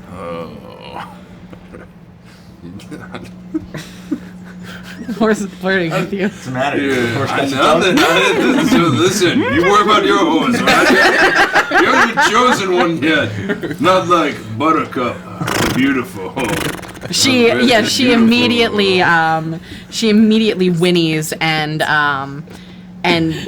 rights her stance as she looks forward, her head tilted up, almost like she's looking down at the rest of the horses, and she waits for you to mount her. And I will climb upon I think you should ride Daffodil, Marius. Is that one of the options? Yeah, so Carlton and Daffodil. Oh, are I left. immediately try to find Daffodil. Daffodil's there. She is she's clearly distracted by a butterfly that is flitting around by the I respect that. by the wooden fence. She's not looking at any of what's going on. Occasionally her head kind of lolls this way or that. It's very clear she doesn't have full control of her tongue as it lolls out of one side of her mouth. In there. And she occasionally realizes that her mouth is open, she's breathing heavily, and her tongue's just dangling, and she'll slurp it back into her mouth. She almost looks like she's smiling, just a goofy grin. I've been riding horses forever, so it doesn't really matter to Marius which horse, just one that can ride, and he would treat this horse with the utmost respect. And Roll reverence. and animal handling Don't check. worry, I'll get a 1. Watch out, Carlton. The only one. Yeah, that's not very good. Twist it. I would like to twist it. Yeah. You may twist it. You're I'm a fucking unfortunately- horse. You're a knight. I know, but it's like it's a wisdom thing. I don't have proficiency. It would be very RP if I did, but I didn't think this was gonna happen. We're gonna go with a hot. Twist it again. We're gonna go with a hot 7. It's the horse. It's not you. It's all good. You walk up to Daffodil. You are familiar with horses. You are a knight. You've ridden them a million times. Make it work. You watched Briggsy mount Witch He says Stomper, the man. small pony. You watched Yorgrim charm this monster of a Clydesdale with attitude to boot, and you watched Frank immediately latch himself onto Letha as you saunter over to Daffodil, and you make the noises you're supposed to make. You pull on her reins, and her head just lolls from one side to the next as she's following this butterfly, completely just nonplussed. You know, that's okay. We're gonna let it happen. It's okay. It's alright. It's okay. She's not paying any attention to you. I'm so not. That's okay. It's alright. It's okay. That's all good. Andy's having a crisis. I Give him some relief. Somebody ask Andy what's happening. This is like that time Carl interrupted his big speech. I can swap my spells out at any time, can I? Beginning of every day. As a paladin? Yeah. Yeah, you prepared. You can swap your spell out now. I don't care. I thought this was a higher level spell, but I would cast Find Steed. And I would summon my horse that I didn't fucking forget on the battlefield. I would summon my own horse. You see that I thought it was like Daffodil. a 3rd or 4th level spell. You see that Daffodil isn't paying any attention to you. You pet her, and you see that she is clearly an untrained horse, and probably not the best pick to be riding out against a mob of angry men. But Ben is a young boy. He doesn't know any better, and this is probably one of his favorite horses because she's clearly very silly. You decide to leave Daffodil to her own devices, and you take her reins and you tie him around the hitching post, and you leave her to herself, pulling a bucket over that is filled with slop, and allow her to eat happily, while you then cast and summon your own steed. A steed that previously had been the epitome of morning light, beautiful, golden in color, shining What a with the bright rays of dawn. But when you call your steed forth this time, it is a large, even larger than Yorgrim's horse. This steed, a large black horse, eyes aflame with ruby red, tendrils of red streaking through its hair. You see that the bridle is emblazoned with the symbol of the rose. Seen this coming. The horse looks at you, and as it snorts, you see smoke. Do I feel that it's the same horse but transformed, or do I feel like this is a different horse? You look towards the horse, and at first this feels wholly unfamiliar to you, but the facial features are the same. This is the horse that you remember. This is your buddy. I would be relieved to see the horse, and I would, embrace it just like I normally would, perhaps maybe give it a treat or something. But I would endeavor not to show that something is wrong. The horse immediately recognizes you and begins to nuzzle into you, very happy to see you. Though the look of this steed has changed, the countenance has not, and this is clearly your old friend. Oh, good boy. And I wasn't prepared to cast a spell, so I haven't come up with a name yet. Good boy. And I will be very happy to be reunited with my magically invincible horse that is basically Roach from The Witcher. Oh, you're cool. Wow, an invincible horse. Maybe you could name him Invincible. So when you summon him, he just is on the side of a roof, right? That's right. Yeah, you just like a few click. You just hear click, click, click, click, click, click, click, click, as he comes down the horse. Thank you for allowing me to take that back and cast my steed. No, of course. And do you go out like in the back, like to get some space to do it? Like, what does that look like? Like when you call upon him? I definitely, I'm definitely completely blindsided by this, and I was not prepared as I wanted to be the way that this played out in my head. But yeah, I would assume that there's space that I can maybe step out into. There's a large why can't I remember what it's called? Circular enclosure where they do training with the horses, and you are able to find a large open area to cast the steed. Draw my sword and shield and kneel and put my sword point down into the dirt with both hands, and in prayer, say a prayer to the Morning Lord like I normally do to summon the steed, and then everything would happen as thusly stated. You smell sulfur as the spell takes root, and then you hear the galloping before you see the horse, as it breaks through a fine red mist. And then I embrace, and everything happens as normal. You should name the horse Dawn. It's kind of badass. Okay, I'll write that down. Workshop it. We'll workshop it. We'll workshop it. We can also change what the horse looks like. That's fine. We'll work on it. I think it's perfect. Yeah. We don't have to lock in the cannon right now. No, it's now. We can't. This is forever decisions. It's the horse of the morning, Dawn. But you did describe it perfectly, so I'm good with that. Cool. Okay, somebody else's turn. Cool. You cast, you summon your steed, and once you have mounted, you make your way back around as Yorgrim is sitting tall astride Buttercup as you sidle in beside him, towering over him on this monstrous summoned steed. Well, Farron, it's just you and me, Chester and Carlton. Two regular horses. You look over at Carlton. Two regular, normal horses. I'm feeling a little less afeared. About Chester on account of his pretty mane and the cute little diamond on his forehead. But they seem to be like twins. Perhaps they're brothers, Chester and Carlton. They do actually look very similar. And they seem to be paying a lot of attention to each other. They seem to like to be close to each other. As one does something, the other will kind of mimic it. It's all right. You don't have to be afraid of them. Oh, they're just very large. Just hold out your hand and give it a quick nuzzle. I know you can sense evil. And technically, you can probably smell a lot of evil on and in me. You know, it really doesn't put people at ease when you say that aloud. Oh, God. Have I been saying that out loud? Well, I'll ride through the forest on a horse with a name.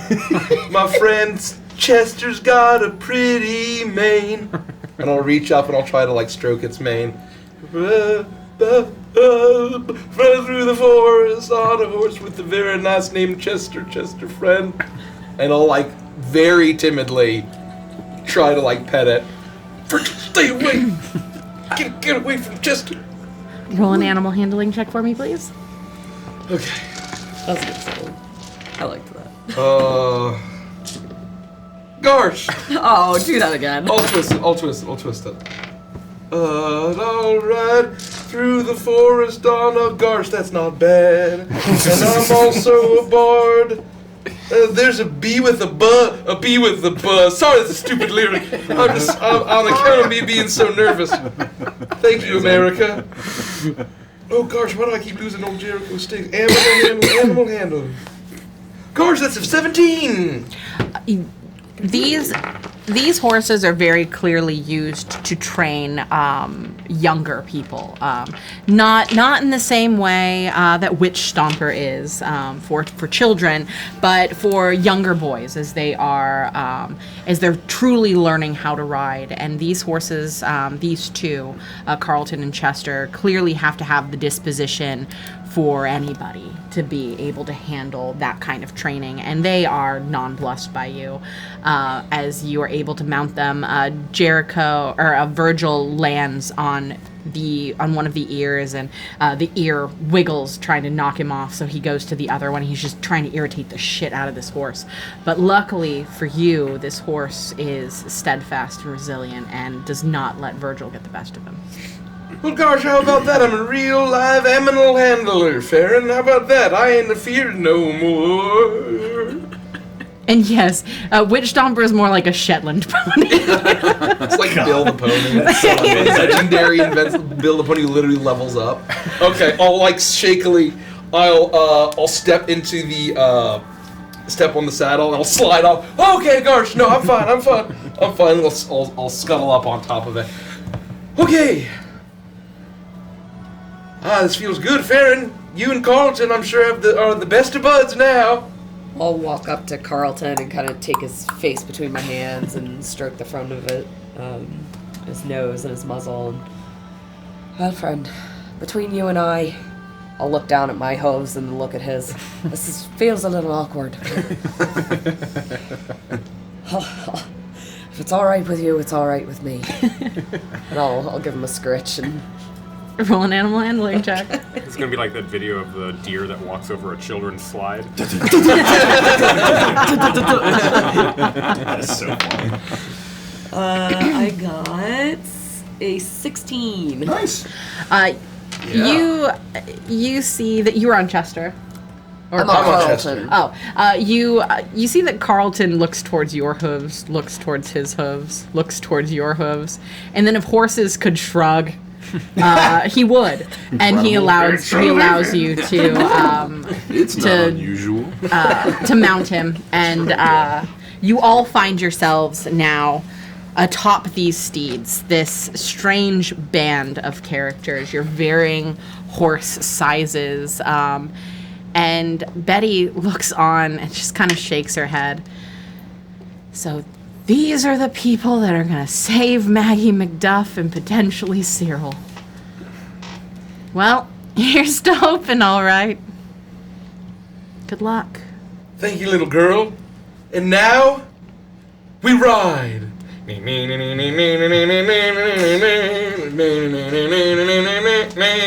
None of your horses move. We're just bouncing. Is this not how you do it? My horse starts to go and I realize no one's coming. And it's because there are noises that are getting much louder than Jericho's banjo. Oh no. Shouts and yells, clanking and stomping. Sounds like a stampede, a herd of elephants barreling this way. And then you see it. A mob of angry people rounds the corner. Leading the charge is someone you have never seen before. A short woman, mousy brown hair, cute face, bright brown eyes, but a look of anger and hatred just affixed on her face. She has an apron that is covered in soot and dirt. She's clearly been cleaning. And she rounds the corner first, and you see a wicked smile on her face as she takes in the sight of you on all of these horses. And then you hear her call out, "I found him! I found the fuckers that killed my Carl!" The woman yells out, and you immediately think back to the asshole that interrupted your speech and how sweet that death was. And you look at these townspeople rushing towards you, and they are clearly just townspeople with pitchforks and rage and a vendetta.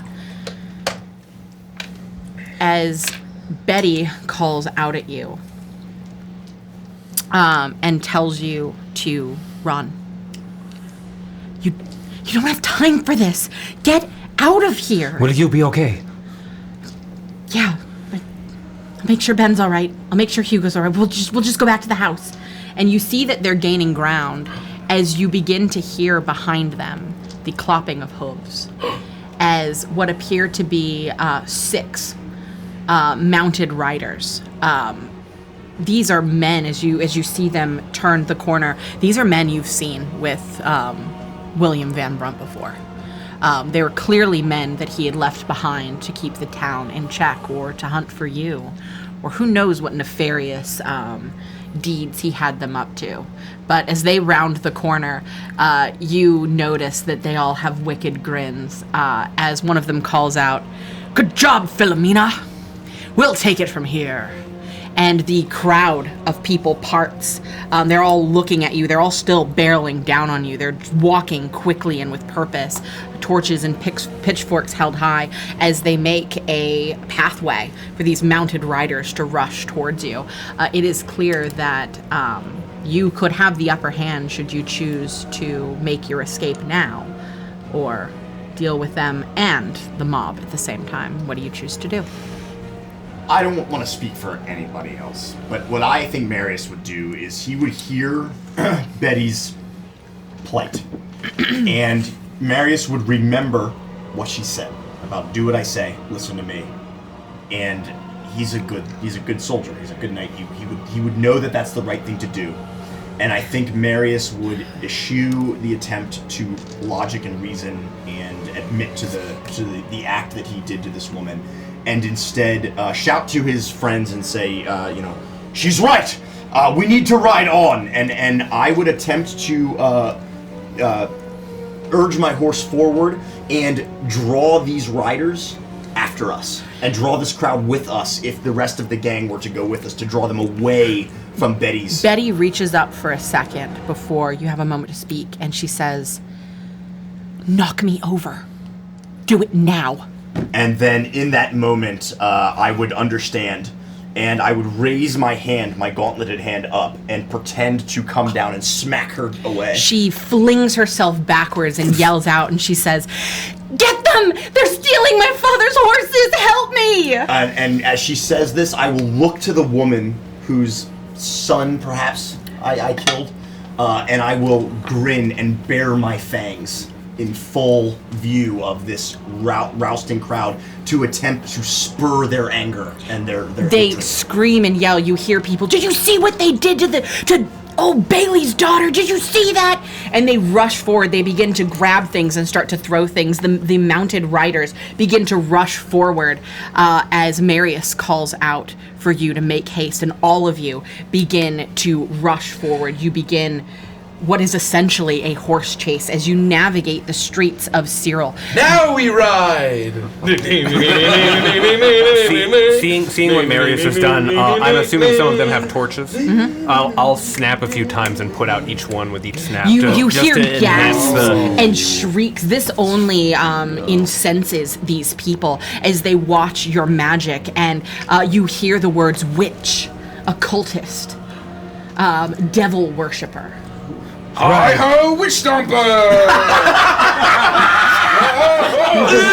The movement speed is 10 feet per second.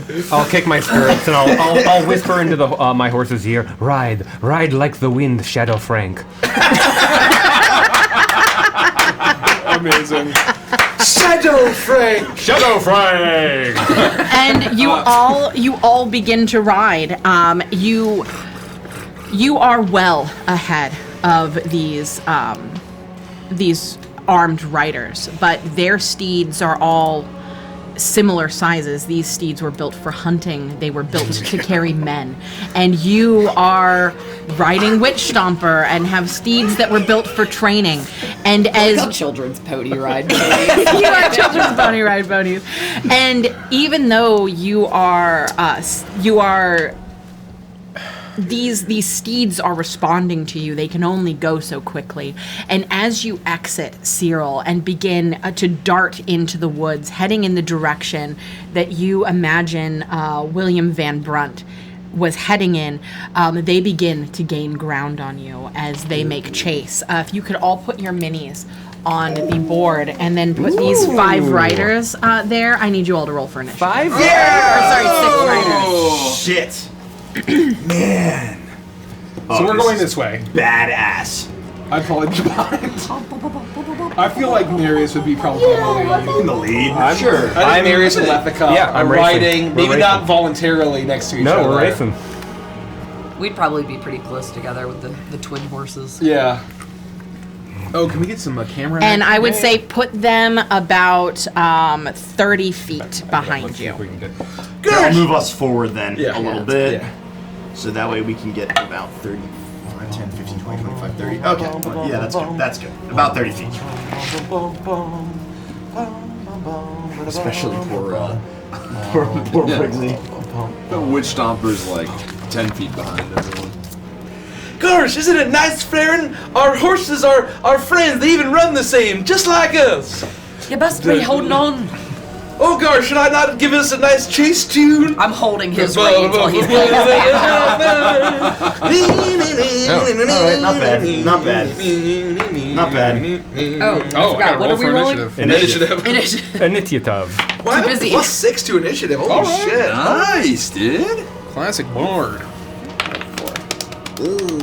Yeah, I had no idea. Do you want to swing that around here so that we're looking more? You just love to be Mr. Camera. Well, you know, somebody's got to do it. I was doing it. But that angle was just too. It was a very epic thing. Is the shot right with the Nazgul And also a giant bird is there. 20 to 25. Angle was just not in. 20, No, you're 25. actually right. That was a much better. 20 angle. to 25. No one. 15 to 20. Please, 16, someone. 16. 15. Okay, so Everyone's just hitting the deck. My initiative is Damn bad. horses, it's not us. That's pretty good. 10 to 15. I got an 11. 13. 12. 10. Okay, hold on. Oh! So Yorgrim. Yorgrim, Farron, Marius, Jericho. That's what, plus 6? Yorgrim, Oh, I like the way you're doing that. That's Farron, so Marius. Yes. Yeah. That's correct. Nice. That sounds nefarious. That's true. What do you like? Yes, it sounds nefarious. What did you say you like? Oh, it sounded like nefarious because it's Oh. No, Farron. you like the cards. Oh yeah. Oh. That's really. I'm gonna do that instead of having the like weird wine. Anyway. Oh, you mean sticking them in the knot? Yeah, that's way Yeah. cooler. Thanks. It doesn't cover up my stuff on the back, which No, is why I that- like it, I- and yeah. it keeps the It magnetic also looks strip. badass from this angle. It keeps the magnetic strip usable. Mignatost. So.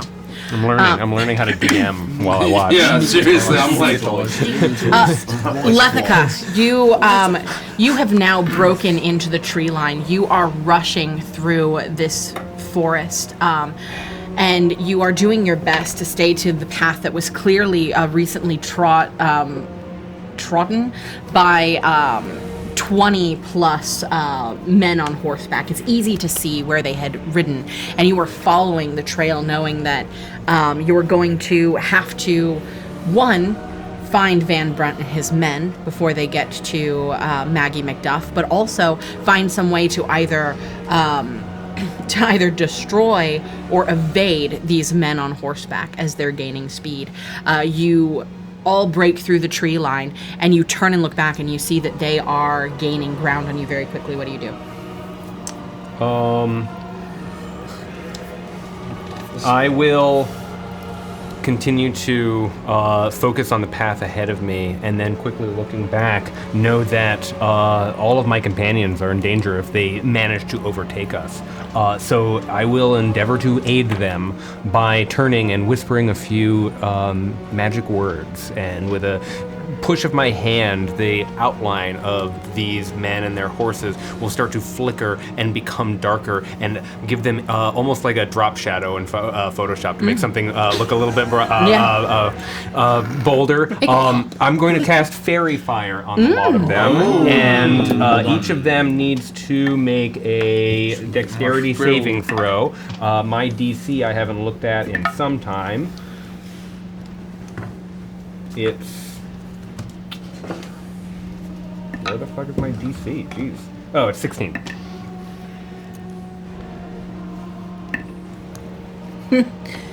Okay.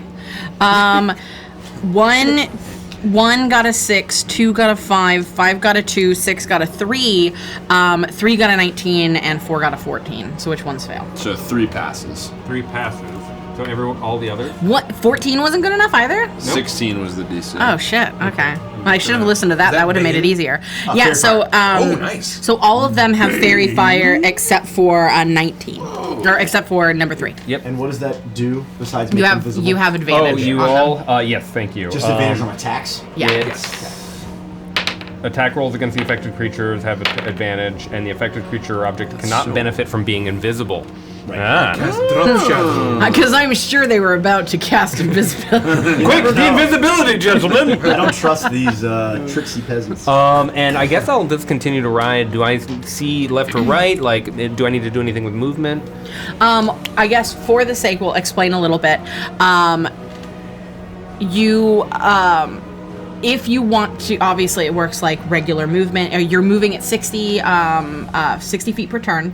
I'm not going to have you actually move the minis unless something affects your movement. There are things that will affect your movement. Otherwise, we're assuming that you're all moving in sync at this point. You can use your full action to dash and double your speed.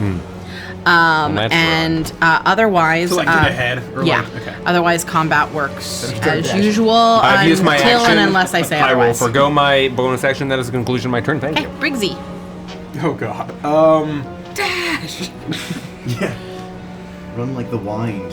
I am. Oh, going, no, you'll go at 60. I was going to put you at 40, but that's too much for me to track.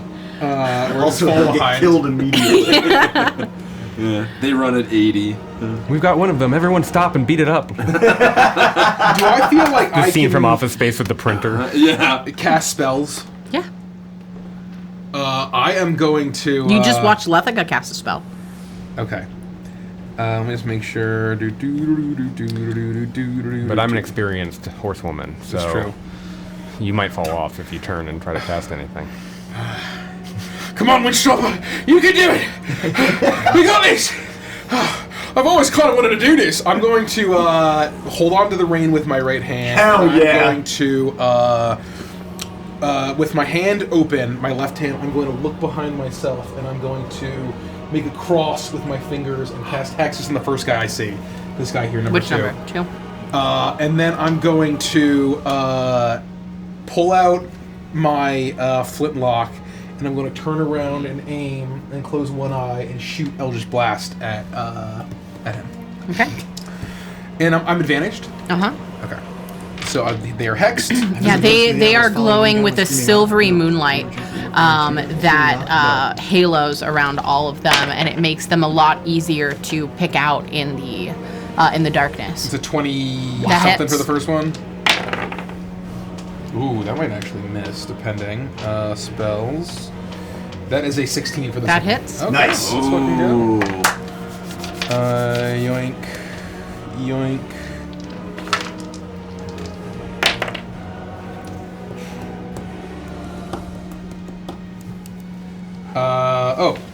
And then I need to do 20 points of damage to number 2. You reach behind you and you let out one blast. It hits him in the shoulder, and you see that he rears backwards, almost falling off of his steed. But he is able to hold on, the reins wrapped around his wrist, keeping him astride as you let out the second blast. And this completely severs the joint at his elbow, and he flies off of the steed into the path of the other horses, and you watch as he is just trampled to death. Oh! Wow. Number 2? Yeah. Gone. Oh my god! Smoked him. Yeah. Nay. The horse trips and stumbles over his body. Jeez. The other riders begin to yell. This incenses them, and you watch as number 1 reaches into one of the saddlebags and pulls out a what is clearly a whiskey bottle with a piece of mottled cloth hanging out of the top. He quickly, all of them have torches and things. He quickly moves his arms over, lights it, and throws it towards you. It's really hard for me to see. Sorry, I got you. But he is going to attempt to get as many of you as possible. It is a 10-foot radius. Sphere. Yeah. Hit your drum. Yeah, hit Yeah, it would probably hit all of Okay. us up here. So it is going to attack all of you. I need you all to make dexterity saving throws for me, please. Oh gosh, can I get one twist, please? Pretty please. You guys do not have my bonus. Correct. Oh! Holes. One more twist, and another die. Okay, it was fated. A 3, a 3, and a 2. 15. 13. Hold on. 18. Oh, it's pretty good. The smell of burning horse. Chester, no! Oh, wow. Still an 11. 3 plus 8. Briggsy and Jericho, you're the only 2 that got below 15. Yeah. Yeah. Okay.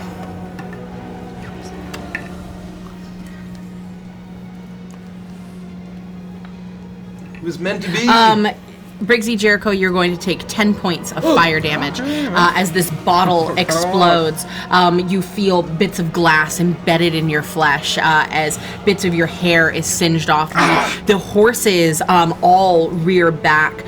The rest of you take half that, so you'll take 5 points of damage. And I need all of you to roll an acrobatics or an athletics saving throw. As you take this damage, these horses are not used to mounted combat. They don't know what to do, and it takes all of your control in this moment to keep these horses under control. Everyone. Ooh. Or anyone who took damage. Anyone who took damage, sorry. So the four of us here. You guys Everyone are took fine. damage from it, though, right? Well, no. No. I did not. Yeah. We were So out it's of just the range. But you did, yes. Acrobatics check. Acrobatics or We took half. athletics. Yeah. No, you. Passed? If you didn't get hit by the Molotov cocktail, you don't take any damage. Oh, okay. If you pass the deck save? No. You got hit, but passed. Yeah. So you take half damage. You take 5 points of damage. Yes, the only people who These didn't get two hit, don't take period. damage. Yeah. You two okay. take half, And and the 4 of we us take all make five. that acrobatics or Yeah, athletics. Got it. yeah. Yep. Sorry, Yep. I should have explained Yeah. further. Muddy. 23. Nice. 24. Nice. 15? Probably good enough. 16. Good enough. You are all able to keep control of your steeds. Okay. For the sake of this, the Okay. DC is 10. Oh. So Yeah. I mean, it's a pulling- generous Pulling DC. off your I horse hope. in this would be bad.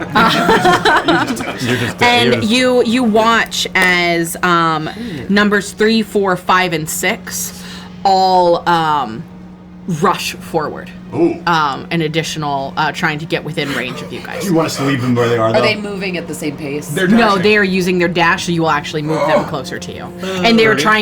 trying to surround you. 30? 5, 10, Or 40. Are they 40?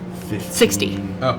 20. Well, they're gonna way overtake us. Yeah, they don't want to pass you, they just want to surround you. So, as best they can get around you. I mean, they can get all the way fucking here. I mean, like, that's like easily 60, right? 5, 10, 15, 20, 30, 40, 45, 50, 55, 60. Yeah, that's good enough. And you said that was 3, 5. It was 3, 4, 5, and 6. 3, 4, 5. Oh, perfect. So we'll just do this. Yeah. That's Perfect. Oh. Well, hello there, we ride. And that is their turn, Yorgrim. Seeing them ride up and catch up to us very easily, I would. You'll see the mists kind of start to pour from my lantern. This greenish, smoky glow begins to overtake me as it shrouds over my form, overtaking Buttercup as well. And the mists start to leave a trail behind us as it pours under the hoof beats. And I would move, seeing Briggsy and Witch Stomper struggling a little bit, I would attempt to like slow up a little and try and get in between him and horse number 4, or whatever horse Sure, this is. you can do that. Actually, the die is their number. So. Oh, wow. Derek was very thoughtful about that. Yeah, I thought that was just you were just mindlessly doing that. No, yeah, no, that was very nice. Right up here. And I'll strike out with my shovel and say, "You seek your death in the mists." And Badass. that was pretty cool. That's a cool-blooded thing to say to a motherfucker before you Bobbed a shovel in his ass. Yeah, exactly right. Exactly right. The Gravedigger is in. 26. That hits. And a natural 20! He turns to pays your advantage, by the way. So Yeah, if you're it's already advantage, but it's a advantage. natural 20. Oh, yeah. Yeah. Oh, well, so I guess I would You can- attack twice. Yes, you can attack twice, and so you can see if you fish for another natural 20. Well, I'm gonna see if I just. Oh, one-shot yeah, that's this probably guy, and true, then maybe yeah. I'd move up and kill the other guy. Ooh, Garsh, you're right. You know, That is true. Let's just see. So That is very true. 9.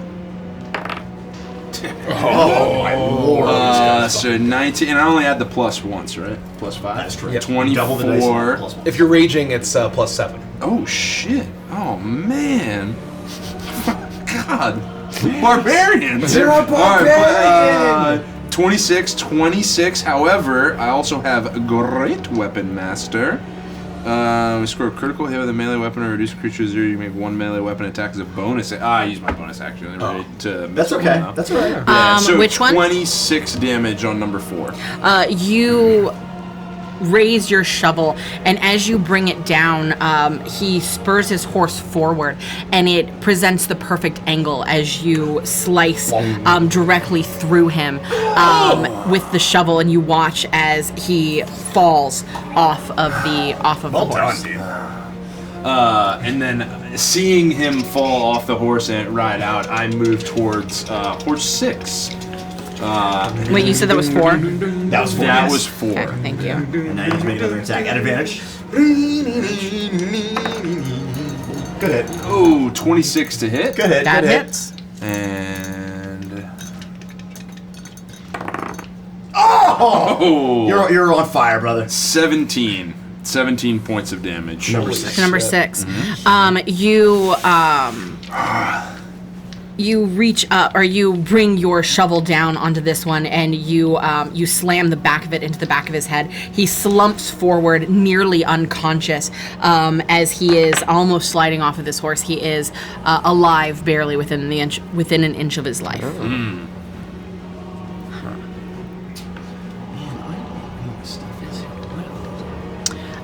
Farron. Okay. I am going to, I'll be riding with my, my staff in hand, which is adorned with like a, spooky skull. I am going to swing it down almost like a polo player and strike the ground with it, and from that point you'll see like kind of black, like moldy wicker vines coursing up and down through the ground, shooting at these other two, and I'm going to you'll see it explode into a patch around them, and I'm going to cast Entangle in a 20-foot square That's there. awesome. Yeah, badass. So weeds will shoot up there, and they will Yikes. need to Deck save, maybe? strength check Oh. against my spell save DC. And it numbers what? That's 5 and 3. Your spell save CC is hidden, but it's behind it. You know what? No, I'm going to let it happen. They got a 1 and a 3. Amazing. Okay, so Get out of here. they are restrained until the spell ends. And that's it. Right? Yes. Okay, Yep. cool. You watch as the vines whip up, or not the vines, the wicker, and the moss begins to sprout out of the ground, almost like a thicket of this, as it ensnares the legs of these horses. One of the mounted combatants holds on tightly to his horse as both of them are affixed firmly in place in almost an instant. The other one was not able to react quickly enough. The horse is ensnared, but he flies backwards off, slamming into a tree, doing He got it. a significant amount of damage. He is not dead, but he is very clearly dazed, as he is shaking his head. He clearly concussed, as he is struggling to understand what's happening. Is he effectively removed from combat, or is he still? Which one was that? 5 or 3? 3 is still alive. Both of them are still alive. 5 is firmly affixed on its horse, and 3 has been knocked off. And we can just take him off the board. He now. gone. Get him out of here. Okay. So 5 is restrained. Marius.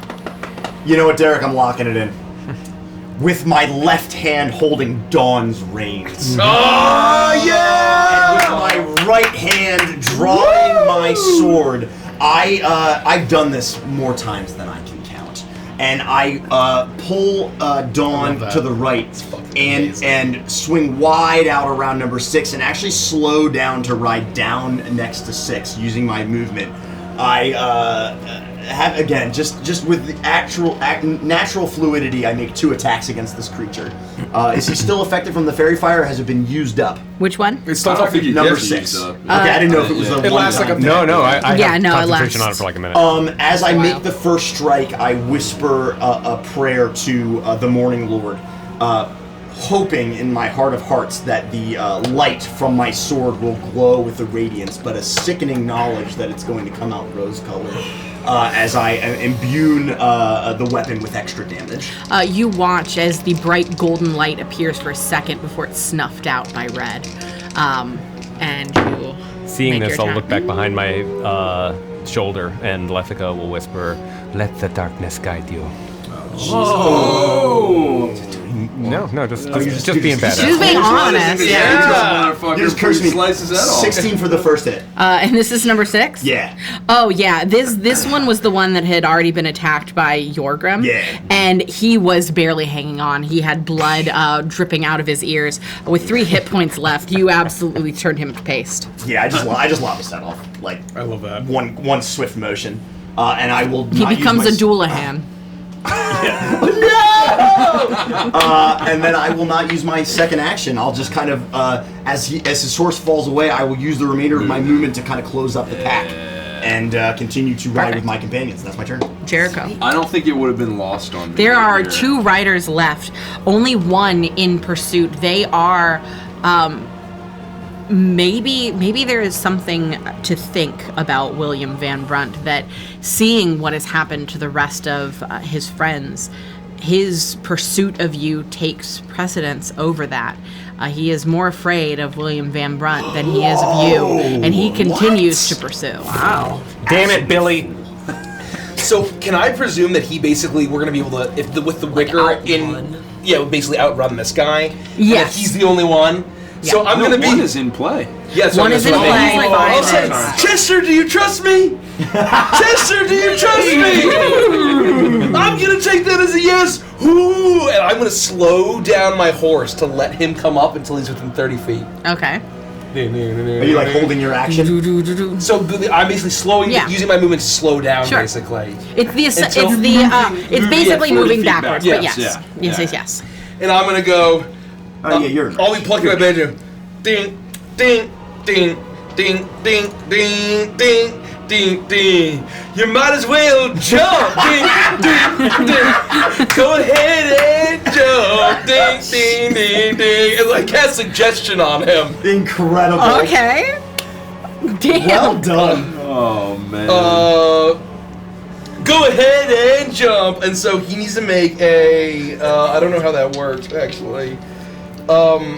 Wisdom saving throw against my DC of 16. He rolled a 15. Oh! And he has no plus to wisdom. So, it pursues the course of action you described to the best of its ability. You watch as all of a sudden this anger that is on his face and this determination to fulfill Billy's will is completely shifts as his expression becomes neutral, and without even thinking about it, he just immediately drops the reins and begins climbing up onto the back of the horse.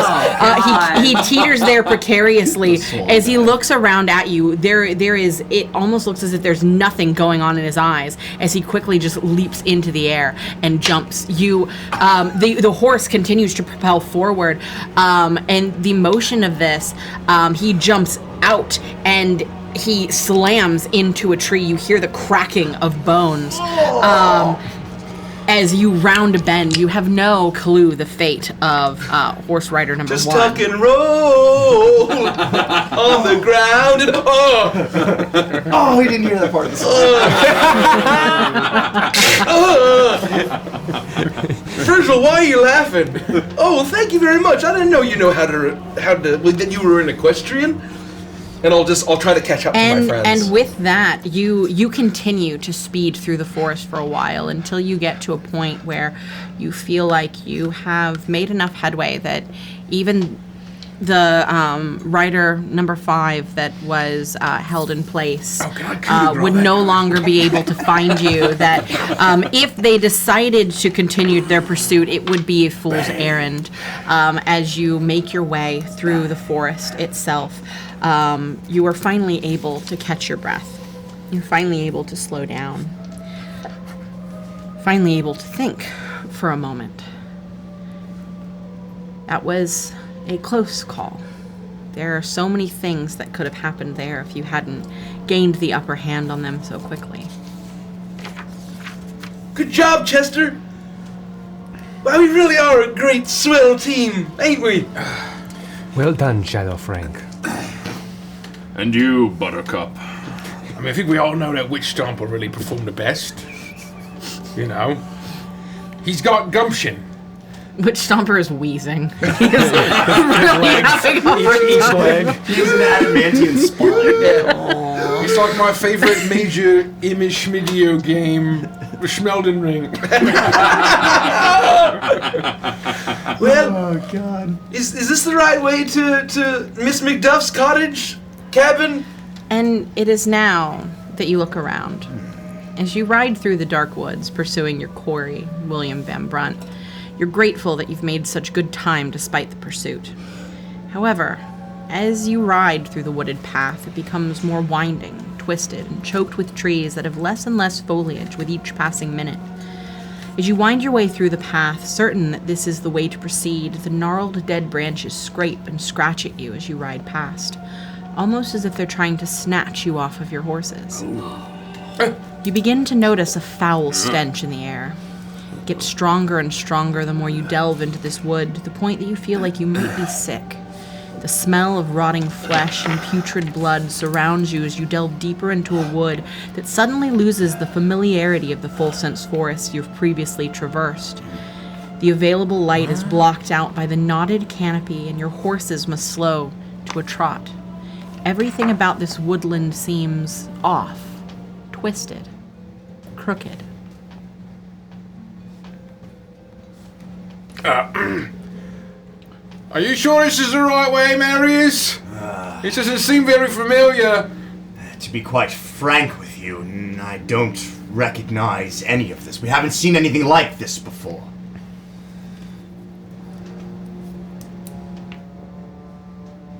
I would still have my sword out, and I would be, if we're going slower, almost trying to, like, hack a path, right? If I feel like the trees are almost reaching out, I would be, like, trying to cut through a little bit and keep clearing the way as we're going slower. You do that, and on occasion it almost feels like the branches slither out of the way for a second. You have to do a double take as you wonder if there was movement there that shouldn't be. You begin to notice that as you make your way through this forest, that there are fruits that dot the trees, or some semblance of fruit. You, Yorgrim, recognize bergamot. I don't like the look of this forest. Nor I. Maybe maybe Refuse Miss to McDuff redecorated with her cabin? We were riding erratically, escaping those attackers for some time. Did we take a wrong turn, perhaps? Marius, do you still see the hoof prints? That's a good question. Roll a perception check. I think we're following. You were following Van the Brunt's tracks path. of the angry horse ridden mob. Alright, we'll start with the I thought perception. they went a different direction. They did. Stupid. Yeah, you were following them because you wanted to head them off before they got to okay. Maggie We were McDuff. trying to. I see what you're saying. Okay. 14. You look towards the ground. You have slowed to a crawl as you are using your sword to break these branches and keep yourselves safe from the gnarled grasp of these trees. And you scan the ground looking for the hoof prints that you had been following. And the ground looks wet. It looks darkly wet. And as you pass through a section of trees, the moonlight shines through and casts a ray of light, soft milk light over the forest floor, and you see that it is not mist or dew or water that soaks the soil here, but blood.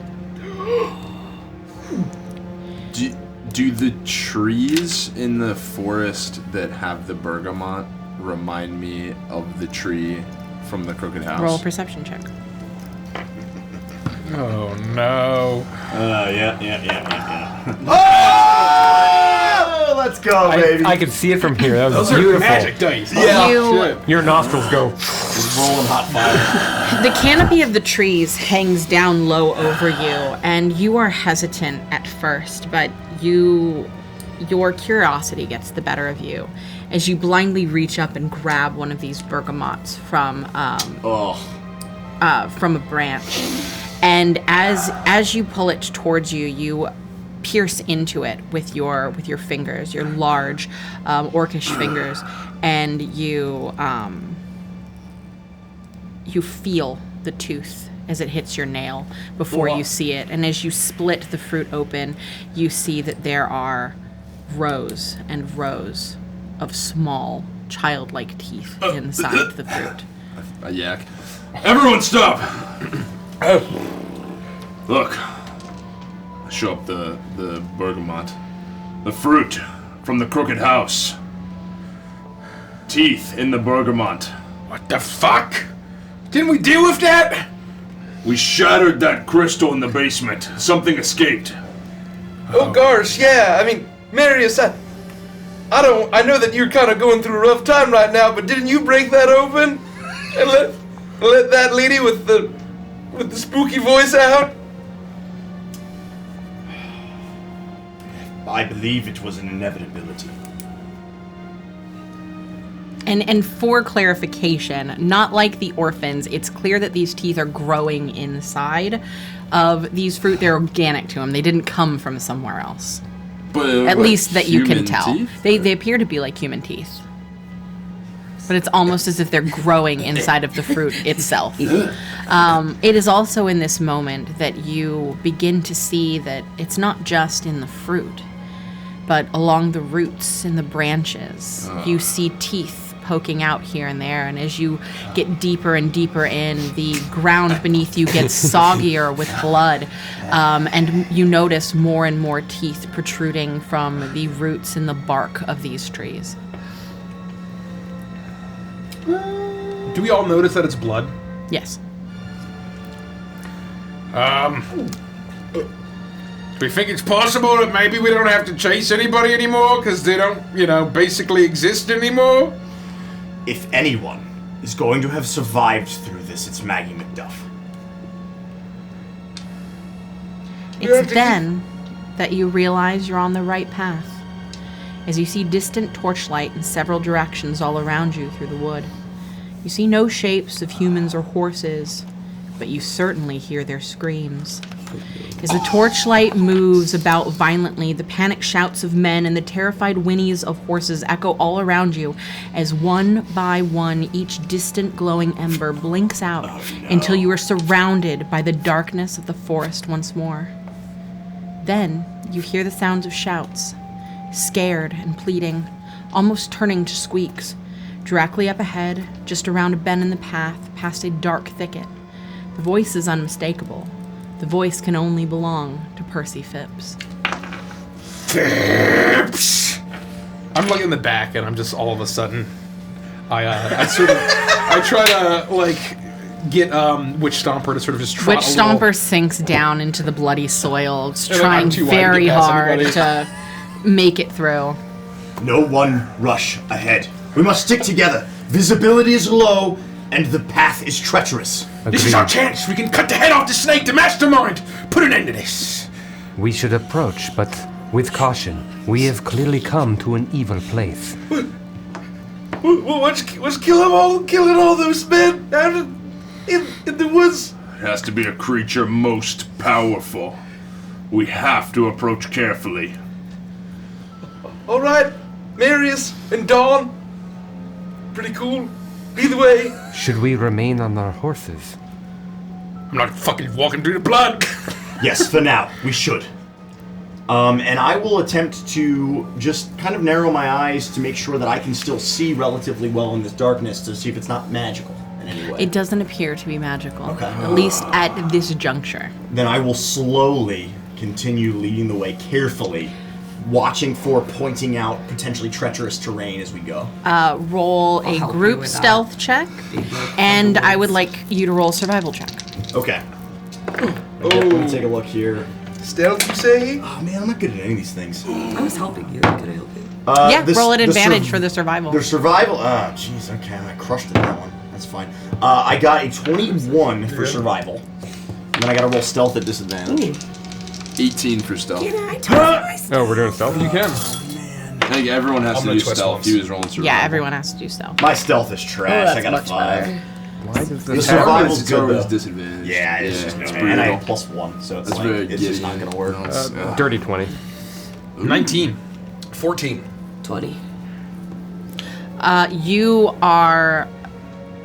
This forest is no longer quiet, and you are able to keep yourselves hidden within the toothy branches of these strange trees as you make your way slowly forward.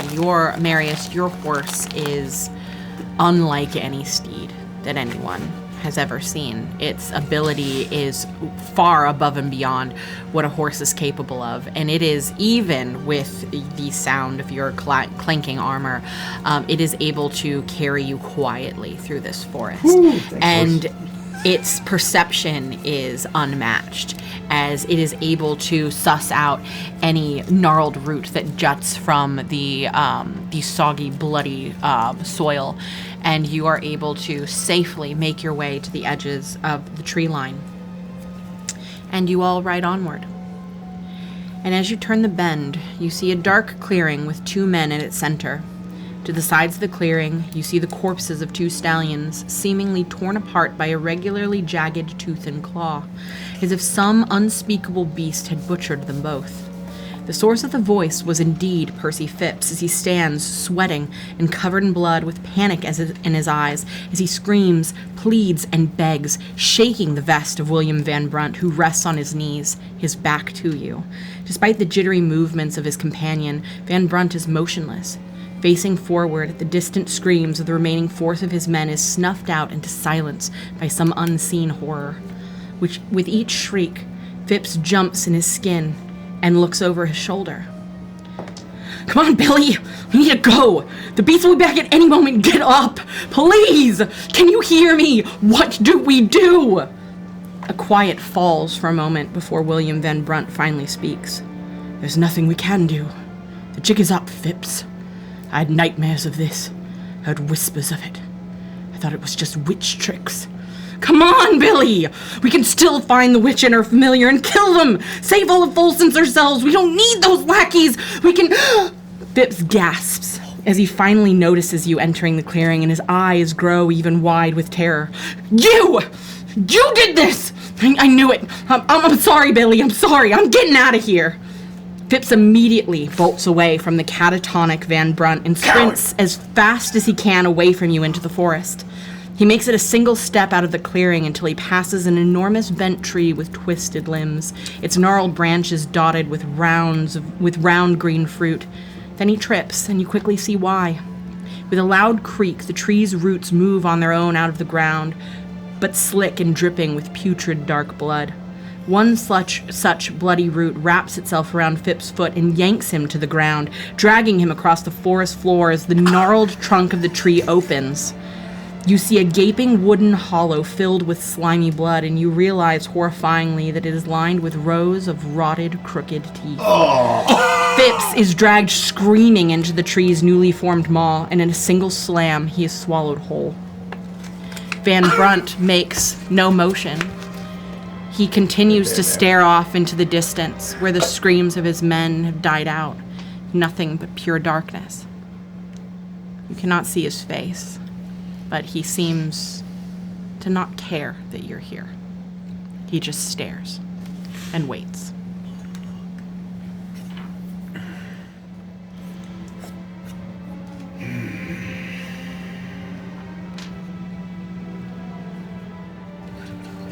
Van Brunt. You see his shoulders sag as you address him, but he makes no move to speak to you. William, can you hear me? Or should we say Billy the bitch? He started to respond, and then as Briggsy cuts in, he quiets himself and continues to stare on him. I move over to him. I get right in front of him, wherever he's like kneeling in the ground, or if he's looking down, and I grab him by the front of his shirt and I pick him up until he's eye to eye with me, and I say, "What happened out here?" He doesn't look at you at first. He looks over your shoulder, beyond you, at the tree line, the carnage, and then he turns and he looks towards the tree where Phipps had been dragged and then consumed. I had a dream about this. It got them. I knew it would. There's nothing that can be done. There's nothing anyone can do. It's over. I'm outmatched. It will get all of us soon. He seems shaken and scared. My men are slain. I failed. Why did you come here? Why did you come into this forest? To kill the witch. Just stop it. Stop all of it. You were hunting Maggie. I was hunting a witch. And he looks at you, and you see that same hatred, that same spark of William Van Brunt return to his eyes, and he pushes off from you and attempts to wrench himself out of your grasp. I'll let him go. He spits at your feet. What am I talking about? I'm William Van Brunt. I'm the strongest man in Folsom. I will not be. I don't need these men. I don't need Percy Phipps. Pathetic weakling. I could take you with my bare hands right here on the forest floor. Before you can respond, poison knife! Wow. It's the Breaking And you Bad see as he jail wipes scene. the spittle off of his face. Yes. That's exactly what I need. I need a challenge. To prove to myself I could do this on my own. I don't need them, and I don't need you. And I could take you. You think you're so strong. He takes the knife that he had stabbed you with, the poison knife, and he throws it off into the underbrush. A fair fight this time. I challenge you. Will you take it? or are you a coward? I sigh very loudly. He saunters sigh at over the same and he time. grabs his axe, which has been splattered with the blood of his men. And you see for a moment that he stops, and the realization of what had happened hits him again before he tampers down his true emotions and regains that vibrato that he had before, and he slings his huntsman's axe over his shoulder. Well, are you a coward? Or are you going to fight me? In this forest of evil, surrounded by the blood of your men, you are interested in proving that you are stronger than me. And all you've succeeded in doing is proving that you are the weak. I'm the sole survivor, you monster! Look at me! Am I dead? No, I'm not. I was spared by that thing, because clearly I have something special. What do you have? Your lackeys. It's fine. Friends. Tell me you are too afraid to fight me. Say it plainly, coward. Through everything we've been through here, one thing I've come to realize is that you don't matter. Says the man who was tricked by a little girl. The girl who fed me your locations and told me your weaknesses and talked to me about how Yorgi cared for her so much. I'm the one that doesn't matter. You can't even get the affection of children. And they love everyone, especially monsters. I take my shovel off my back. I spin it in my hands and I plant it in the ground. I let go of it. We came here to save Maggie. You came here to hunt witches. You led 30 men to their death in an evil forest. Your punishment has come. I have no interest in you.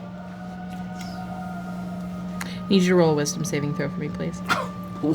As Yorgrim says this, though, anybody who would be paying attention, Marius would smile and give a solemn nod at the growth that Yorgrim has shown today. Marius is beaming with pride.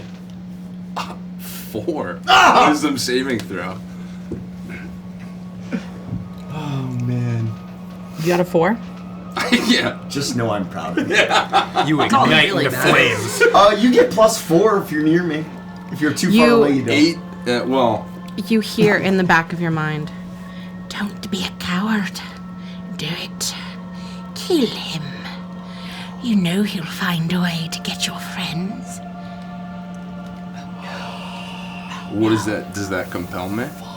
No, you just hear the voice.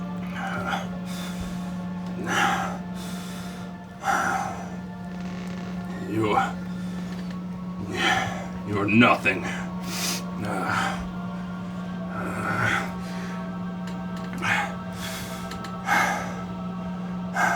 Volsons is allowed to make its own choices. We came here to expunge evil. And that's been done. We only seek to save Maggie. Come on, Yogi. Let's put a fucking end to this. Let's get a rematch. Yorgrim, Fair and square. I swear. are you all right? Please, do not listen to Briggsy. You're being the bigger man. You are doing the right thing. Something speaking to me. I feel something reaching out from beyond the woods. I would dismount Dawn and just quickly walk up to Yorgrim and put my hand on his shoulder. Ignore it. Expel it. Do not listen. Do not give in. You are stronger than this. You are better. Yes. Yes. It's in this moment that you hear these words. I knew you were a coward. And before you can act, William Van Brunt moves with lightning speed. With a flick of his wrist, a handful of spiked caltrops dripping with a dark, sticky venom are careening towards your face. I need you to make a dexterity saving throw at disadvantage, please. I'm at advantage if I can see it coming, though. You're at disadvantage. So it's just straight? No, just you're at hard disadvantage. Yeah. Okay, alright. Oh boy. Alright. And you are unfortunately turned to Swiss cheese standing right next to Marius. I got a +4 though now for sure. That's true. That is true. Oh boy.